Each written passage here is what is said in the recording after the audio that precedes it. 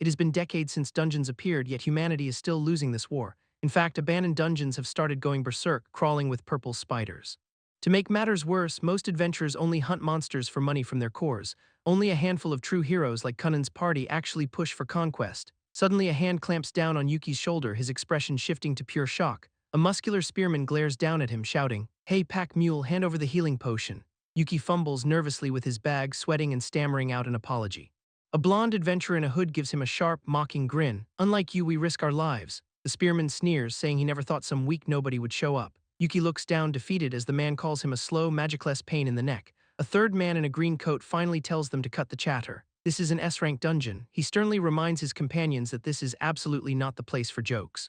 The spearman looks annoyed, scratching his head while offering a weak apology, but the man in green glares directly at Yuki, telling him to at least do his job properly. Startled and shaken, Yuki can only muster a meek "yes." Watching them walk ahead, he admits to himself that they are right. He was not focused. He was just too excited seeing top-class adventurers fight in person. There was so much to learn. But a pop-up confirms his sad reality. Yuki rank F job none, he is hopelessly outclassed. Still, he holds on to his dream of one day becoming a great adventurer just like them. The silver-haired woman, Saki, turns to him with a serious warning, "Never let your eyes wander." She looks at him with visible sadness. "I do not want to lose any more family." Yuki looks down, his expression grim. He feels the exact same way about her. His mind flashes back 2 years ago to a district that collapsed from a dungeon outburst. He remembers the breaking news, a tragedy at an orphanage with little hope of survivors. He and Saki stood in a dim room watching the tragic report on a small television. He pictures a happier time, a bright day at the orphanage where he and Saki grew up. They both admired adventurers and finally left to make their shared dream come true. But the home they were supposed to one day return to was gone. A dungeon disaster had taken everything, engulfing their childhood home in raging flames. And that is why he fights, to stop that kind of tragedy from ever happening again. Unseen by the party, a small, purple, one-eyed monster watches from the shadows. Elsewhere, a sharp-toothed villain grins, holding a white chess piece. Found it, the last piece. Suddenly, dark, jagged energy erupts around Yuki, catching him completely by surprise.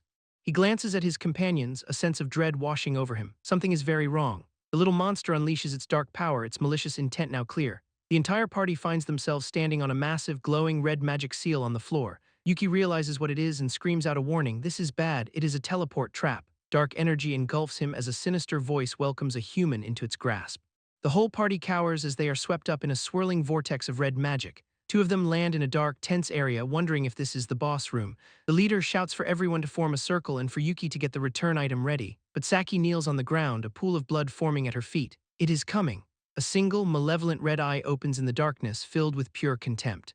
A dark dress shoe steps firmly into the large pool of blood, the real battle about to begin. The party stares in disbelief at the figure that has appeared before them. A silver-haired man in a suit stands in a bloody aura, questioning. "A demon king, huh?" Yuki's eye is wide with alarm, sweat beading on his face from the shocking revelation. The man's crimson eyes glow as he accepts the title, the most terrifying one of all. Wasting no time, Saki lunges forward, her sword drawn in a swift, powerful strike. The party's mage begins chanting a spell, calling forth an ice javelin. The magic manifests, a triple barrage of jagged, glowing ice shards filling the air. Another fighter leaps through the air, sword drawn, as a blue-skinned enemy looks up. A luminous slash cuts through the air, a devastating cross-pattern of bright blue light. But the silver-haired man stands amidst the ice, simply looking annoyed. Young people have no manners. Sharp ice crystals hover ominously around him as his irritation grows. As the party surrounds him, weapons drawn, he dismisses them all with a single word: ignorant. A combatant is sent flying backward with a scream, completely overwhelmed by the enemy's power. A blonde elf sitting nearby looks on with a hint of amusement. Oh dear.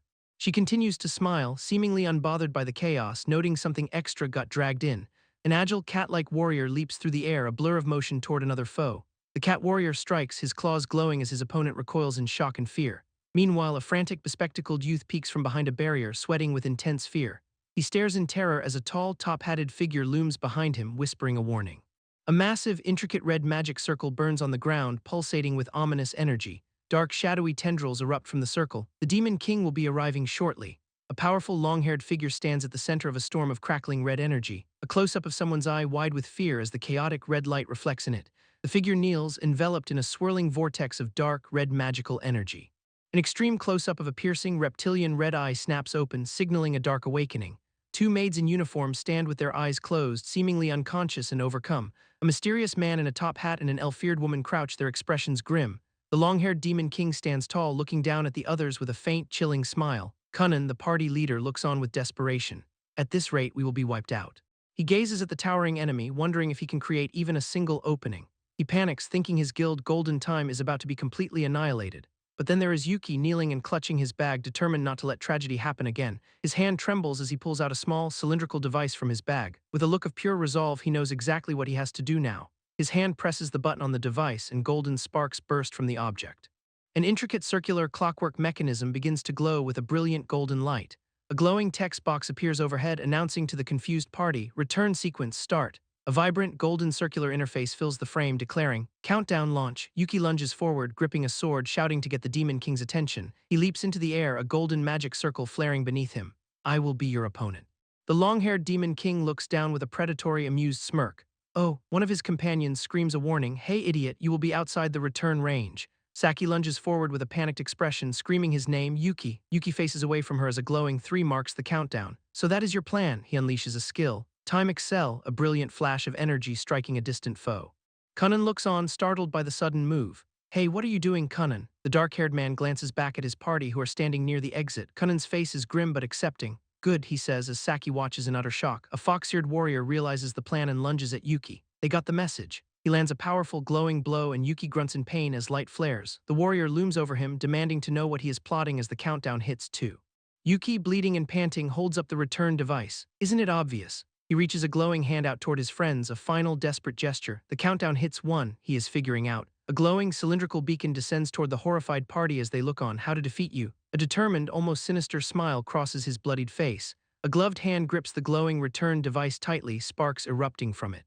And with glowing eyes watches the scene, impressed. A splendid decision. The golden clockwork gear formation illuminates the scene, finally hitting 0. The entire group is encased in a massive glowing clock structure as Saki screams, "Yuki." Yuki stands alone, bloodied, as Saki is pulled away into a brilliant vortex of energy. He is left behind, his face set in a grim, pained, yet defiant smirk. Saki's expression is one of utter desperation and horror as she screams his name, "Yuki."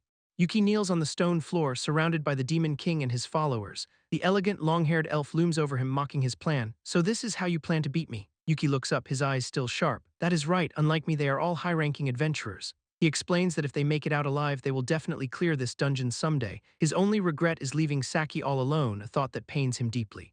The elf bursts out laughing, "Kuhahaha, to throw away your own life for humanity's future." He calls the human's sacrifice a form of truly magnificent madness. Then the elf extends his long, sharp-clawed hand. "Make a deal with me." Yuki looks startled, staring at the hand reaching toward him. "A deal?" The elf's mouth twists into a sharp, fanged smile as he responds, "Yes. The deal is simple. Join forces with the monsters and conquer other dungeons." Yuki is shocked and confused. "Monsters conquering dungeons, why would you do that?" The elf's expression turns somber. "We are constantly under threat from human invasions." Yuki thinks to himself, "That is us, not you." He is clearly skeptical of this claim. The elf explains that as long as humans do not enter dungeons, they will not harm them. He argues that his side suffers more casualties, like the dragon they just killed.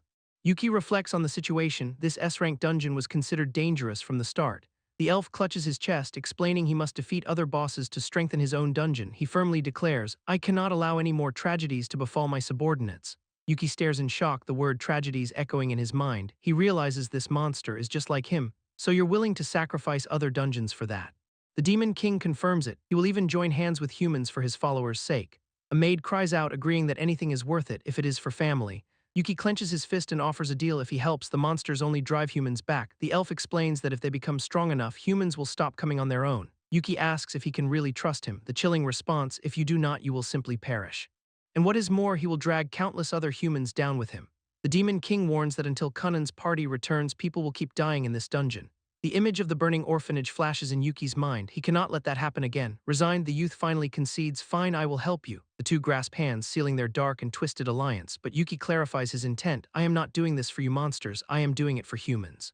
The light-haired man smirks, pleased with the decision. "From today onward, you are our ally." Yuki looks on, his face bloodied and solemn. He questions the choice. "But are you really okay with me? I do not even have a job." The man shakes his hand firmly. "That is exactly why you are important." He explains that monster tamer is a job only those with no job can choose. A horde of monsters surrounds Yuki, gloating that they will make good use of an incompetent human. But Yuki stares back defiantly. "Like hell, I'm the one who's going to make full use of you." He clenches his fist, shouting that he is the one who will master these monsters. The long-haired monster just smiles condescendingly at the useless human's bravado. He explains that to go to other dungeons, monsters must be summoned by a human collaborator. Condition number 1, your job field must be blank. A HUD confirms Yuki's status. Condition number 2, you must form a contract with a monster. He explains there are 3 ways: fight and defeat them or reach a mutual understanding. The monster closes in, holding Yuki's hands. And then, Yuki asks. The monster smiles widely, radiating dark energy. By force, a flash of red magical energy erupts between them, and Yuki cries out in shock. He recoils, clutching his hand, which is now branded with a glowing mark. That hurts, you know. A close-up shows him trembling and sweating, his eyes wide with shock and pain. A blue interface appears in his vision. The monster can now see through his eyes. Yuki despairs. All his actions are exposed. They already planned for his potential betrayal. He steels himself. He can't ask anyone for help. This was his own decision. A hand with sharp, claw-like fingernails snaps, emitting a sharp, magical sound. Dark red energy swirls around Yuki. Now the preparations for conquest are complete. Yuki grips his chest, distressed. I haven't done anything yet. The monster leers. Just dive into a dungeon. When the time is right, summon me. Yuki holds his magically branded hand, retorting. When the time is right, when is that supposed to be? The question hangs in the air as his party is torn away. A close-up shows Saki's face, tears welling in her amber eyes as she watches in distress. In that final moment, he had looked toward her, his expression soft and reassuring. A warm, golden-hued memory shows Yuki embracing the female knight. He had held her tenderly, his own expression pained as she cried on his shoulder. It was a cinematic farewell, their friends watching, silhouetted against the bright horizon. But now it is the next day. Yuki stands at an information desk inside the guild. The attendant looks at him, her expression a mix of surprise and concern. Dungeon conquest all by yourself. Yuki did not think he'd hit a roadblock before even starting. The attendant begins her speech. She explains that in recent years there has been a rise in certain activities, specifically by adventurers who are not aiming to clear dungeons but just to make money. Because of this, dungeon rampages have increased, a fact the guild dislikes admitting. To prevent this, all discovered dungeons are now under strict security and entry restrictions. She slides a document toward him detailing the rank system. A pyramid chart shows the ranks from A to F with a special rank illustration. To rank up, you must contribute to conquest, which they cannot confirm for solo players, so the guild cannot just approve people diving into dungeons alone out of nowhere. Yuki realizes the irony. If you're serious, there is no point in going solo, he clarifies. The dungeon I am asking for is F rank. It is for training, not money. The attendant's hands pause on her keyboard. Her response is blunt and final. I see. The receptionist confirms his choice, the F rank dungeon. Silent Labyrinth. She describes it as beginner-friendly with very few monsters reported. With the registration complete, a voice mocks him. Then off you go to conquer it. Inside, an emergency button is the only sign of strict security. Suddenly, a dark, shadowy figure appears behind him, a thought echoing in the air. The voice speaks directly inside his head, a skill he has never experienced before. The figure explains this is his own skill. Communicating with monsters is a basic tamer ability. He realizes it is an automatic skill, handy but definitely weird. He explains to his new companion what a neglected dungeon is while running downstairs. If a dungeon has valuable resources, adventurers clear it out for money. But this place has been abandoned, allowing monsters to breed peacefully. Eventually, the dungeon should collapse under their growing numbers, but something is off. He finds the dungeon unnervingly empty, not just few monsters, but none at all. A growing suspicion tells him this is not normal, even for a weak dungeon. The ground suddenly erupts in a violent tremor, shaking the entire labyrinth. A monstrous, grotesque mouth emerges from the shadows, screaming a single word, run. Two other adventurers are screaming in terror as the dungeon boss erupts from the ceiling. Yuki stares up in disbelief at the colossal, pulsating green slime. The shadowy figure observes the creature, realizing it survived by eating its own kind. That is why the dungeon was empty, and why this thing grew so massive. A young man in a blue hoodie desperately signals toward a dark passage, but it is too late. He and his female companion are trapped by the green sludge. The woman, ensnared by the slime, cries out that she cannot hold on any longer. She is suddenly yanked upward, screaming as the slime consumes her. Bubbles form around her face as she is suffocated by the green substance. Yuki desperately asks Liber if summoning him can save her, but the answer is a cold no. The backlash from the summoning would obliterate the slime, and the girl along with it. He watches, paralyzed, as the woman hangs limp within the swirling green prison. But then an idea forms, his eye narrowing with a sharp, glowing focus. He lunges forward, determined to act, shouting, "In that case." He plunges directly into the sticky green slime, shielding himself to reach her. Two figures watch from afar, one laughing at his desperate, reckless move. Submerged in the slime, he mutters that even if you get hurt yourself. He reaches the woman, holding her protectively, knowing he must save her. The internal narration praises his resolve. That is the kind of man he is. Glowing with power, a purple seal on his hand, he declares the time is now. A massive surge of red energy explodes as he screams, "Summon Liber." His hand transforms, becoming claw-like as a voice responds. Very well. The spectral figure of the Demon King materializes, offering his power to his master. Cradling the woman, Yuki stands beneath the massive summoning circle, finishing the call. He winces in agony, blood trickling from his mouth as the power surges through him. His eye leaks blood. It feels like his insides are being completely incinerated. The spectral entity, Liber, looms over them, commanding him not to break. Liber questions his own power, wondering why this is the most he can manifest. Their combined energy swirls as Yuki shouts the final command, call. He channels a dark sphere of energy and Liber declares the technique, Chaotic Wolf Dawn. A blinding beam of purple energy erupts, striking down with overwhelming force. He stands amidst the fading remnants of the attack, dazed and in pain. His eyes widen in shock. He realizes this was not just an attack. His companion looks on, tears streaming down her face, absolutely terrified. The scene shows the three collapsed in the aftermath. This was a disaster. The other adventurer stares in shock as Yuki struggles to stay upright. He sees Yuki's injuries and exclaims they need to get him out of there immediately. Dazed and bleeding, Yuki mutters incoherently before his body starts to give out. His vision blurs as he fights to stay conscious, but he cannot stay standing. He finally collapses to the ground as his companions rush to his side. A few days later, a lone figure stands in the grand hall of the Endless Abyss dungeon. Yuki muses from a hospital bed that he ranked up while completely unconscious. The two adventurers he saved were the ones who carried him out and filed the report. In a lavish room, Liber pours wine, asking why he looks so gloomy on a day for celebration. Yuki, confused, asks what there is to celebrate. All he did was call him.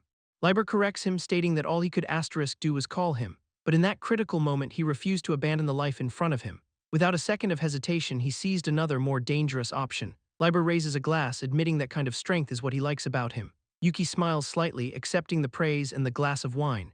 Liber advises him to summon someone else next time to avoid near-death experiences. A beautiful maid with long hair appears, bowing formally to her new master. Yuki is a bit awkward, noting she seems pretty cool-headed. The maid, Elvina, retorts that love at first sight is a bit much. She holds her hands in a heart shape, making a joke about being undead. The three of them stand together as magical particles fall around them. Yuki asks if this is okay, and Liber confidently replies that he is stronger. Elvina makes a peace sign, announcing she aims to be a relatable, down-to-earth maid. Their first task, level up enough so Yuki can withstand summoning Liber properly. They dive into an E-rank dungeon, immediately locked in a frantic, fiery battle. Elvina stands amidst the inferno, delivering a powerful, glowing punch. As Elvina finishes the fight, Yuki can only think that she is way too strong. She makes another peace sign, proudly stating she is a capable maid. The way she acts reminds him of a kid from the orphanage he grew up in. He is lost in a hazy memory of a young girl twirling in a field. He smiles gently, lost in the nostalgic moment, but something snaps him out of it. Blue interfaces flicker around him as he shouts that his level-ups will not stop.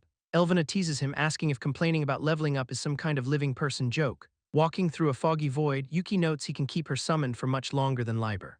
Elvina explains Liber is special, requiring enormous mana to summon. Yuki focuses, remembering they only managed to summon Liber's fingers. In contrast, she holds up a sale sign, calling herself a budget-friendly maid. He smiles warmly, genuinely telling her that she is a huge help. She cheerfully holds the sign in front of her face, surrounded by flowers. Yuki realizes it is not just about raw power. Summons need to be mana-efficient. They arrive at the massive wooden doors of the boss room. Elvina winds up for a powerful strike, asking if he knows the proper etiquette. She unleashes a devastating punch, stating that no matter when or where, you always knock before entering a room, she quips, kicking through the debris. Inside, an armored knight stands, raising a sword wreathed in flames. Elvina calmly steps over the threshold, saying, "Excuse us." She kneels, ready for battle, telling the knight to become their offering. The knight raises its flaming sword high, preparing to strike. Yuki's face fills with panic as he realizes the danger, shouting for her to wait. He notices the knight's flame is different from everything else in the dungeon. He lunges across the stone floor, desperately shouting Elvina's name, but she is already charging toward the knight, ready for a head-on clash. Elvina's face shows a flicker of shock as she realizes her mistake. Yuki rushes to her side and she commends him for his sharp observation. She asks him when he noticed the enemy was using holy element fire. He explains it just looked different from the other flames they had seen. It reminded him of the light his friend Saki uses in her own attacks. Elvina stares intently, noting that holy fire is an undead's natural enemy. She jokes that it makes her heart race, even though it stopped long ago. The knight slams its sword into the ground, preparing a powerful technique. A massive fiery ring erupts, trapping them in a fire circle sanctuary. Elvina states the boss is not going to let them escape that easily. Yuki considers summoning Liber, but a glowing red sigil on his hand reminds him of the cost. He can only keep one summon out at a time, which means dismissing Elvina. He looks at her, realizing they have to handle this with just the two of them. Elvina is surprised, a monster tamer planning to fight alongside his monster. He clenches his fist, declaring that of course he will, she is his partner. A smile spreads across Elvina's face as she agrees to fight together. It is time to show this boss what all that frantic leveling up was for. Elvina clenches her fist, ready to unleash her own power if it comes to it. The armored knight stands before them, the fiery chamber crackling with intensity. Yuki recalls that he should have gained one new skill from his recent level-ups. He covers his eye as a new power awakens, the machine gun evil eye. He looks at the golden knight, his new skill ready to be tested. Blue data boxes analyze the enemy, revealing its holy flame is lethal to dark attributes. Elvina, a dark attribute monster, asks if something is wrong as the knight prepares to attack. An alert flashes over the knight as it lunges forward in a fiery charge. They scramble to get out of the way as massive waves of fire erupt around them.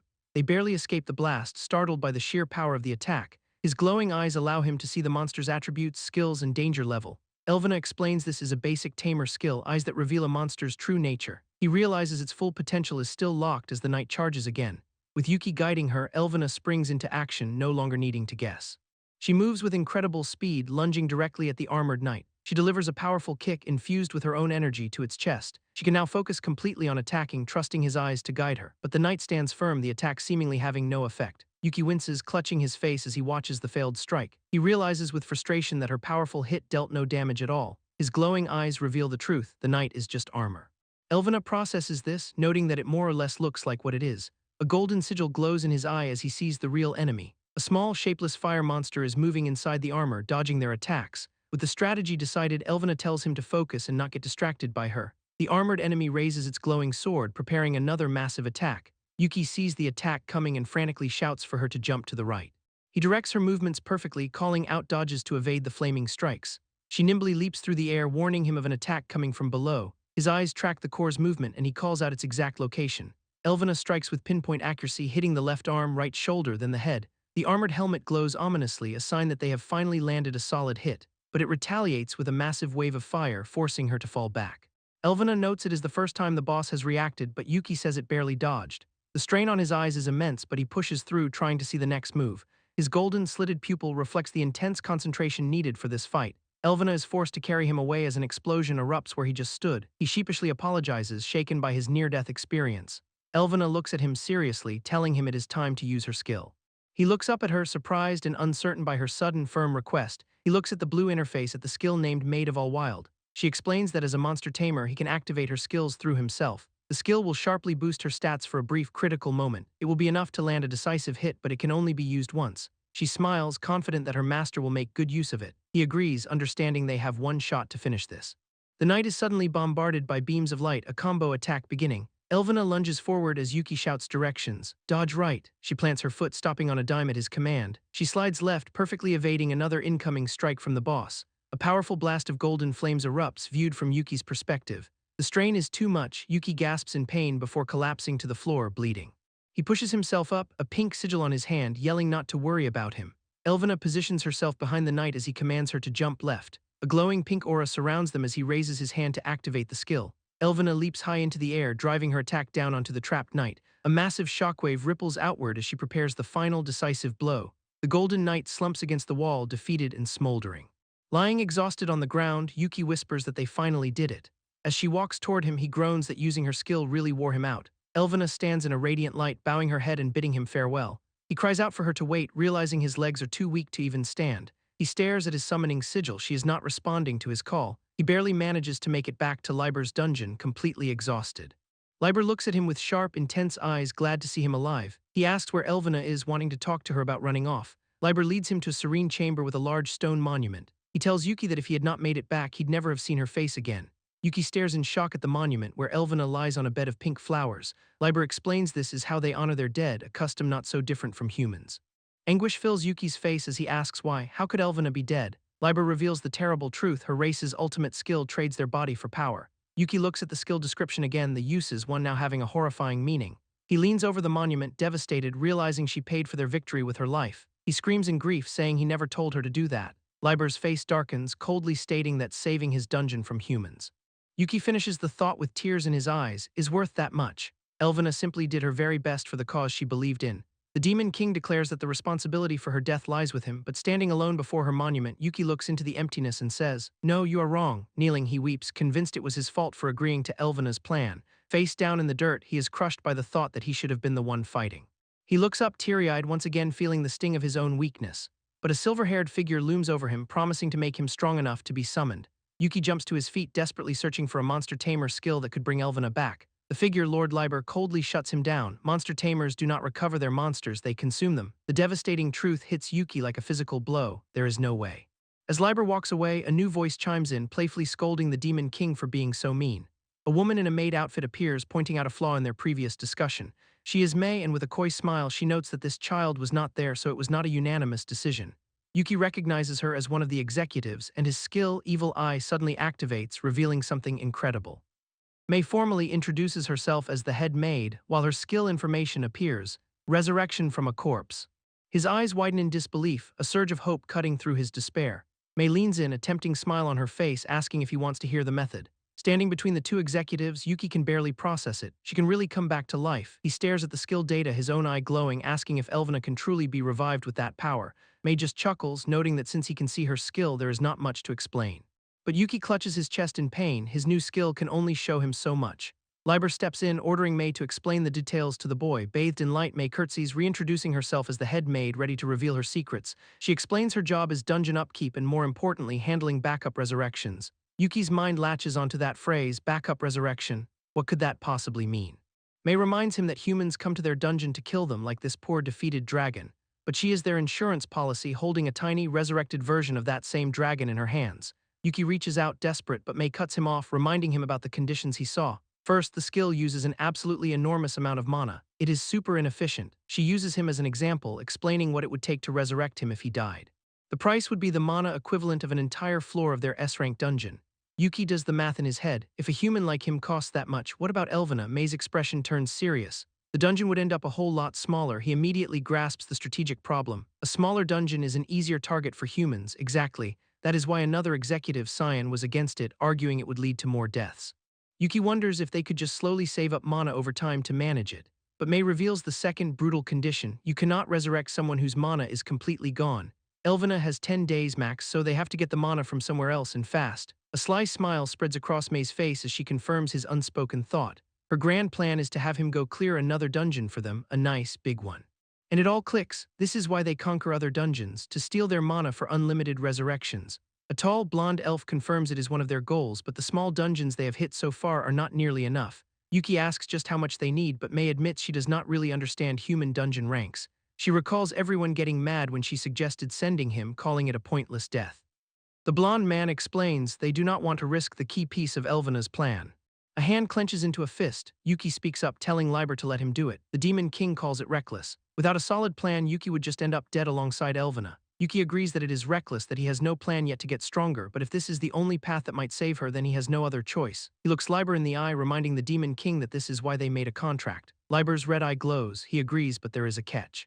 Blood suddenly drips onto the grass between their feet. An older man with a sharp suit and a goatee steps forward, declaring he will be the one to train him. Yuki recognizes him instantly. This is the guy who was fighting Saki. The man Vint was also in favor of the conquest, stating that at Yuki's current level, any path is dangerous. Liber gives a single, stoic word of agreement, understood. He entrusts Yuki to Vint for the next 7 days, and Vint bows in acceptance.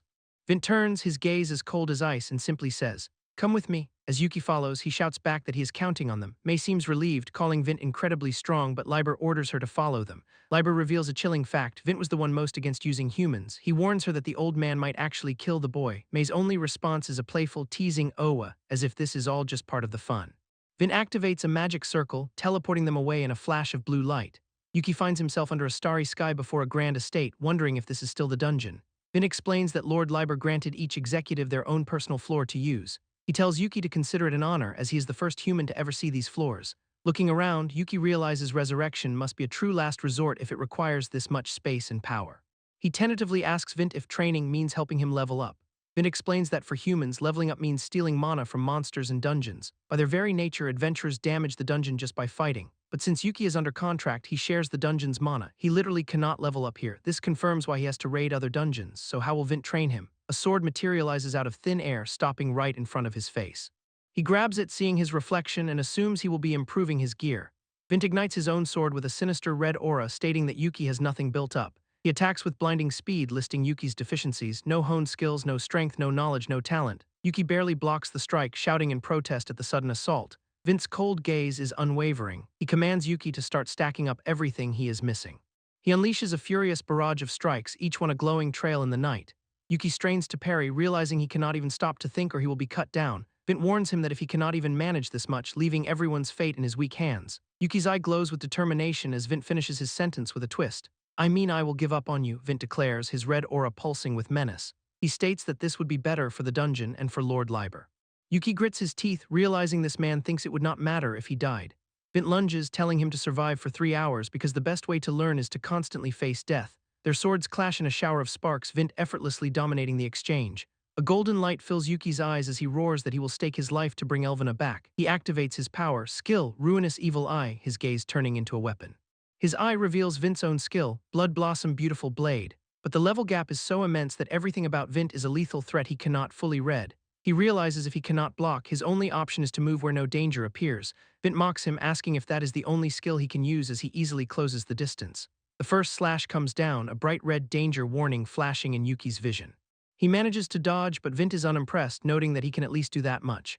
The old butler delivers a harsh critique, his movements are full of wasted effort. Frustrated, Yuki tries to counter, but his sloppy form is obvious. Their blades lock, and Vint states he can easily stop any counterattack like this. Yuki is completely pinned, unable to even buy himself a moment to think. Vint lands a powerful kick, lecturing that his decisions are far too slow. He mocks Yuki's hesitation, saying it is like asking your opponent to please wait a moment. As danger alerts flood his vision, Yuki realizes he is trapped and must prepare for the next desperate move. He forces himself on the offensive, lunging forward with a glowing blue blade. Vint parries effortlessly, stating that the result will be the same. And with a single blurry slash, the exchange is over. The old swordsman stands composed, looking almost bored. He offers a tiny bit of praise, noting Yuki's movement is slightly better. Yuki realizes what happened. His eye did not just see the danger, it saw how Vint's blade moved. His skill lets him copy a monster's movements, even if just for an instant. Vint notices the boy is learning, not just watching, but his red eye narrows. It is still not enough. As they clash again, Vint explains their fundamental builds and sword skills are completely different. And then comes the most shocking revelation of all this time through all this overwhelming power. Vint was holding back, Yuki is wrecked, his body screaming, the danger markers piling up. He realizes Vint's last attack was pure swordsmanship without any mana. This man is on another level entirely, but if that is the case, then Yuki just has to catch up and he lunges forward again. Vint decides it is time to see if this is true courage or just foolish recklessness. His blade begins to glow with a lethal light. It is time for a real test. A swirling red aura envelops the battlefield as Vint activates his skill. Yuki's vision is completely flooded with danger alerts. He cannot see anything. He realizes he is done for if he cannot read the attack. He does not need info about danger anymore. What he needs right now is skill data. He must change the focus of his eye. He does not need information that will save his life. He needs to understand the attack itself. His eye breaks through the warnings, revealing the details of Vint's Blood Blossom Beautiful Blade. The skill turns blood into blades for a devastating radial attack. With blood streaming down his face, one eye glowing gold, he prepares to meet it. The two attacks collide in a massive explosion of red and pink energy, shattering the ground. Vint stands in the aftermath, looking on with an unreadable expression. He looks down at Yuki's broken, bleeding body on the floor and lets out a simple, Suddenly, Yuki gasps, waking up in a soft, comfortable bed. Vint is sitting in a nearby armchair, calmly reading a book and tells him he is finally awake. The old man closes his book and with a serious expression tells Yuki to come with him. Yuki is still reeling, remembering that he is pretty sure he took that skill head-on. Vint explains that May healed him. Since he was not technically dead, it did not take much mana, even though it was just a crude imitation. The fact that Yuki tried to steal his technique in that final moment made Vint want to see what would happen a little further down the line, and that is why they will now move on to proper training. Proper training, it turns out, means facing a room packed with every monster imaginable. Yuki swallows nervously, sweat beading on his face as he takes in the terrifying sight. Vint tells him to handle the horde of dragons, cyclopes, and wolves lightly. What a kidder! After countless battles, Yuki stands exhausted but steady, gripping his sword. He grins, having finally gotten used to the idea that dying is normal. But his next training session finds him in a waiter's uniform, utterly confused. He is serving tea to a grumbling goblin. This is not what he expected. Vint, now dressed as a flawless butler, explains that a first-rate swordsman wastes no movement in anything. Every action must be optimized, so he must learn to strip away all waste, down to the tremble of a fingertip. He must learn to control his entire body and at the same time learn to properly use his eye. Vint tells him that skills grow depending on how you use them. This tea party is filled with monsters of all races, and Yuki must use his eye to anticipate their needs. Determined, Yuki decides to start by watching and copying Vint's perfect movements. He watches the master butler perform an impossibly elegant tea pour. Vint's face is a mask of calm professional composure. The man exudes an aura of absolute polished perfection. Yuki tries to emulate this by balancing a ridiculous stack of plates, which of course immediately comes crashing down in a shower of broken porcelain. As he sweeps up the mess, he realizes that just copying what he sees is not enough. He has to adapt the movements into his own style, truly learning to use his whole body. On day 2, the other monsters start taking notice of the newbie. A huge, red-furred demon remarks that he is the one Lord Vint has taken a liking to. The demon leans in close, its yellow eyes glowing, and asks if that means he is pretty strong. Yuki smiles nervously, explaining that he is going to get strong from now on. The demon does not wait, lunging with a glowing fist, declaring that he will be the one to train him. Yuki focuses, his eyes glowing as he prepares to use his eye to make up for his lack of stamina. He winds up his own punch, his fist crackling with golden energy copied from his opponent. He will watch how Vint and the other monsters move, and then he will test it out himself. Day 4. He finds a small purple lizard creature resting on a table. His eye analyzes it, revealing a status ailment, chilled. He realizes he has to use his eye to constantly analyze, predict, and move to keep up. He gently covers the creature with a cloth and asks if it wants something warm. He is learning that none of these monsters move like humans, and that is the point. As he serves tea to his new friends, he is slowly starting to understand. He finally gets why Vint chose this bizarre non-stop training method. Day 6, a tiny, cute bat creature appears and his eye tells him it is hungry. He puts his new skills to the test, predicting its needs and preparing a meal. He laughingly holds up a plate, but the little bat has other ideas. A moment later, he is face down on the floor, drained of blood. Lesson learned. On the final day, Day 7, he serves tea to Vint himself. He presents the cup with newfound confidence, asking his master for his judgment. Vint sips the tea and declares his manners are finally passable. After 7 days of non-stop battle and tea parties, Yuki smiles, feeling he has made it in time. He thinks he has reached the end, even if just barely. But Vint coldly informs him that the real end starts now. The old butler activates his skill once more. Blood Blossom Beautiful Blade. Yuki recoils, recognizing the deadly attack that nearly killed him before. Vint notes that Yuki can now invoke the eye instantly, a marked improvement. He challenges the boy to make the copied skill his own, not just a cheap imitation. The final condition is simple and brutal, otherwise you will die. Yuki grimaces, saying he already considers himself someone who deserves to die if he fails. A giant golden eye manifests in the room, a symbol of his fully awakened power. His skill analysis is far more detailed now, showing the attack's mechanics and its only weakness. He can see more than before, and a new confidence fills him. More importantly, he now instinctively understands how to move his own body to counter it. Channeling his power, he unleashes his own version of the Blood Blossom Beautiful Blade. The two fighters clash, their blood-red blades meeting in a spectacular explosion of energy. For a tense moment, their swords are locked, Vint's blade just inches from Yuki's chest. But Yuki makes a swift, decisive move, successfully landing a blow on his mentor. Vint looks on, a grim expression on his face, muttering about how disappointing it is. He laments that he still has not saved Elvina, as if this loss means failure. But Yuki refuses to accept that, screaming at Vint not to go, deciding his limits. He lunges forward, crashing his hand into a pool of blood, shouting that he will do this on his own. And he unleashes his brand new skill, Blood Blossom Beautiful Blade, my style. This technique turns his own blood into a storm of countless fine blades. Vint is completely stunned, shouting, "You reshaped my skill." But Yuki is not done, roaring that he is not giving up just because he failed once. He declares he will win this fight with the sheer number of strikes he can land. Their swords clash in a brilliant shower of sparks as Yuki screams, "How's that?"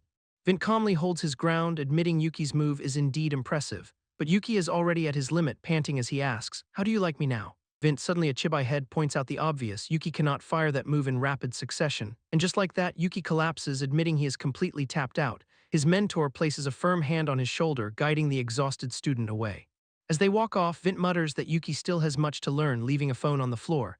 The abandoned phone suddenly lights up with a message from a woman named Saki. She's found a dungeon for him to investigate, but someone else is worried sick about it. Saki herself frets over scattered documents, thinking a B-rank dungeon is too much for him.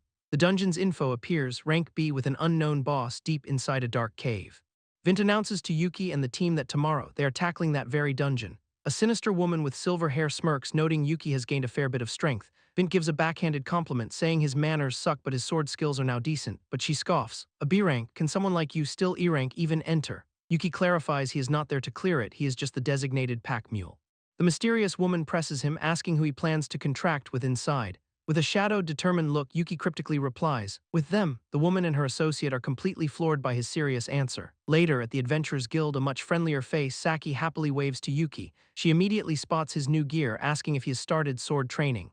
Yuki apologizes for pushing such a tough investigation request on her. But Saki just smiles, admitting it is a relief having a familiar face around. Their peaceful moment is shattered by some loudmouth shouting Saki's name. This new guy gets right in Yuki's face, demanding to know who he is. He asks if Yuki is in their party, to which Saki firmly replies, "No." The man sneers, clarifying Yuki is not a personally requested helper, just a guild volunteer. Saki knows these guys just want to use her S-rank to climb the ladder efficiently. The man points a finger at Yuki, aggressively assuming he must be a rank. Saki confirms Yuki is E-rank, and he nervously asks if that is a problem. The guy explodes in disbelief, shouting, "Ha, you are below us, obviously." He demands Saki drop the E-rank and take some B-rank adventurers instead. But Saki defends Yuki, revealing he has already solo cleared 2 whole dungeons. Yuki quietly admits it is technically true, an otherworldly figure looming in his memory. The arrogant adventurers are stunned into silence. An E-rank solo clearer is unheard of. The man Gato internally grumbles that his plan to ride Saki's coattails is ruined. With a solo clearer present, there is no way for a freeloader like him to stand out. Saki sighs, reminding him for the 10th time that this is an investigation, not a clear. She then begins the briefing for their target dungeon, the Cave of Sealed Desire. The group heads deep into the stone corridors of the estimated B-rank dungeon. Saki explains that a dungeon's rank is almost always decided by its boss's threat level. One of Gato's cronies asks how they can possibly know how dangerous the boss is. Saki reveals an ancient map explaining it all comes down to how complicated the dungeon is. She lays down the rules. Stronger bosses mean wider, more complex, and more numerous floors. This place has 22 floors of narrow passages, putting it squarely in the B rank category. But the problem, as Gato's friend points out, is that they cannot find the boss anywhere. Saki sighs, admitting that is why the impossible request eventually got passed to her. Suddenly, a massive fleshy worm-like tentacle lashes out from the tunnel wall. Gato immediately rushes forward, shouting at everyone to back off because that prey is his. With a mighty roar, he swings his huge axe, taking the monster down in one hit. He proudly holds up a severed piece, boasting to Saki about his beautiful takedown. Saki just covers her face, completely exhausted by this guy's showboating. Gato, feeling smug, then turns his attention back to sneering at the E-rank. He dismisses Yuki's achievements, saying as long as Saki is here, he is useless, but then, Gato's face freezes, his eyes bulging with a sudden, sharp, and overwhelming shock. A massive glowing stone golem is erupting from the earth right in front of him, and it is not just one, multiple golems are emerging from the dungeon walls. Without a moment's hesitation, Yuki and Saki sprint forward to engage the new threat. Saki leaps high into the air, shouting the name of her powerful combat skill. She unleashes a devastating, luminous slash that tears through the golem. Gato can only stare, stunned, admitting he did not even see her move. Saki was about to say she did not need their help fighting, but then she notices something. Yuki apologizes, explaining he tried to time his swing so he would not get in her way. She looks at him with wide, surprised eyes, asking, "Did you sync the attack with mine?" Yuki just shrugs it off, saying, "Yeah, it looked tough." Saki is floored to think he could perfectly match her movements against even one enemy. She blushes, realizing his perfectly timed assist made her own hit feel incredibly easy. With a bright smile, she thanks him. "You saved me there, nice work, Yuki." Yuki just stares at the wall, amazed that dungeons can spawn monsters from solid rock. Saki takes command, telling the others to focus on the investigation while she fights. Gato clenches his fist in frustration, deciding he will just find the boss room himself. The battle rages on, with Saki standing ready to face another massive stone golem, but even after 10 more grueling hours of searching the dungeon, there was not a single trace of a boss room, leaving Yuki completely exhausted. They have hit a dead end with no hidden branches or paths to the next floor. Yuki approaches a solid wall, asking his party, "What about beyond this wall?" Gato immediately mocks him, saying, "Figures, you really are E-rank." He lectures Yuki that dungeons are separate spaces made of mana, not natural caves. To really drive his point home, he kicks the wall hard right next to Yuki's head. He leans in close, warning that digging into the wall will only get him hurt. But Yuki, his eyes glowing ominously, calmly replies, "That is not how it looks to me." Gato can only stare back in utter confusion, completely dumbfounded. Yuki's glowing eyes analyze the wall, perceiving its true composition. He realizes the entire cave is made of the same material as the golems they fought. Saki instantly understands and shouts for everyone to stand back before attacking. Her luminous slash erupts against the wall in a blinding explosion of light. As the dust settles, she yells for everyone to get into the newly formed hole, but the ground beneath them begins to shift and tremble violently. The entire environment undergoes a massive, terrifying transformation around them. A gargantuan monolithic stone golem rises up, towering over the entire party. Gato looks up in pure terror, shouting, what is that thing?" Saki realizes with a horrifying dread, "We were not inside a dungeon at all." The truth is revealed, they were inside a golem made to imitate a dungeon. One of the other adventurers cries out in confusion and absolute fear. "But why?" Saki answers grimly. "To fake the rank, obviously." Yuki stares out at the new, vast landscape, wondering if this is the real first floor. It is a super large-scale dungeon, so massive it feels like they have stepped outside. Saki confirms his fears, stating that this dungeon is undoubtedly a rank, and maybe more. She finishes her thought with a grim look. It is on the verge of becoming S. They quickly share what they have learned. The Cave of Sealed Desire was never B rank. A stark red correction appears. It is a super large-scale rank dungeon. The first floor is a desolate desert, home only to the golem they just escaped. Yuki and Saki exchange a silent, knowing look, their resolve hardening in the face of this threat. In the distance, they spot their true target, a mysterious floating castle. The golem they were inside has shut down, likely to conserve mana after its job failed. Saki speculates its job was to stop an S-rank raider like her from proceeding. She is impressed by the enemy's foresight, realizing they can think far ahead. She explains that dungeons are the front line against enemies trying to wipe out humanity. That is right. These monsters have strategy, intelligence, and some even have feelings. But there is a bit of good luck. They can strike the boss before it completely hides. The massive stone golem stands dormant against the hazy orange sky, a silent monument. The investigation is officially over. From this point on, they are starting a clear. Saki commands the others to head back and report, as the first floor gate is right there. Gato shouts that he is not turning back, but Saki's attention is elsewhere. She looks at Yuki with wide-eyed surprise, asking, "You are coming too, Yuki?" A close-up of Saki's eye shows Yuki's reflection, her chosen partner for this fight. She explains she needs someone who can take intel back if she falls in battle. Out of everyone here, she looks at Yuki and says, "It has to be you." Yuki is taken aback as he was just told he was the escape plan, but Saki looks him dead in the eye, changing her mind and declaring, "We're going home together." Yuki smiles, replying, "Yeah, of course." He clutches a glowing red rune on his hand, vowing he is not letting anyone die anymore. With his resolve set, he scoops Saki into his arms and activates a skill. A powerful blue energy beam blasts them forward, leaving a massive cloud of dust. Gato is left behind in the wreckage, complaining he cannot see a thing anymore. But he grimaces with determination, thinking there is no way he's going back empty-handed. His eyes then land on a mysterious, glowing, crystal-like object on the ground. Meanwhile, Yuki and Saki are cutting straight through to the floating castle. They blast through crystalline walls and debris with a massive, explosive strike of energy. They finally arrive at the dungeon's deepest level, a place crackling with mana density. A voice echoes through the chamber, surprised that any human made it there on their own. A dark, crystalline figure emerges, surrounded by glowing shards and trapped souls. Yuki looks at the entity with a mocking expression. "You're the dungeon boss or not you?" She strikes an elegant pose, declaring, "I am Carrot, the jewel golem, the most beautiful demon king." Saki observes that she has been secretly hoarding mana, and Carrot proudly confirms it. Carrot explains that bit by bit she has been polishing her own beauty. She then starts spouting some completely bizarre and unintelligible jargon about her skincare routine. Suddenly, she launches a high-speed attack, declaring, "Let me show you." But Yuki's glowing eyes show his magic song skill is already active and ready. They easily dodge her strikes, leaving Carrot confused as to why her attacks are not landing.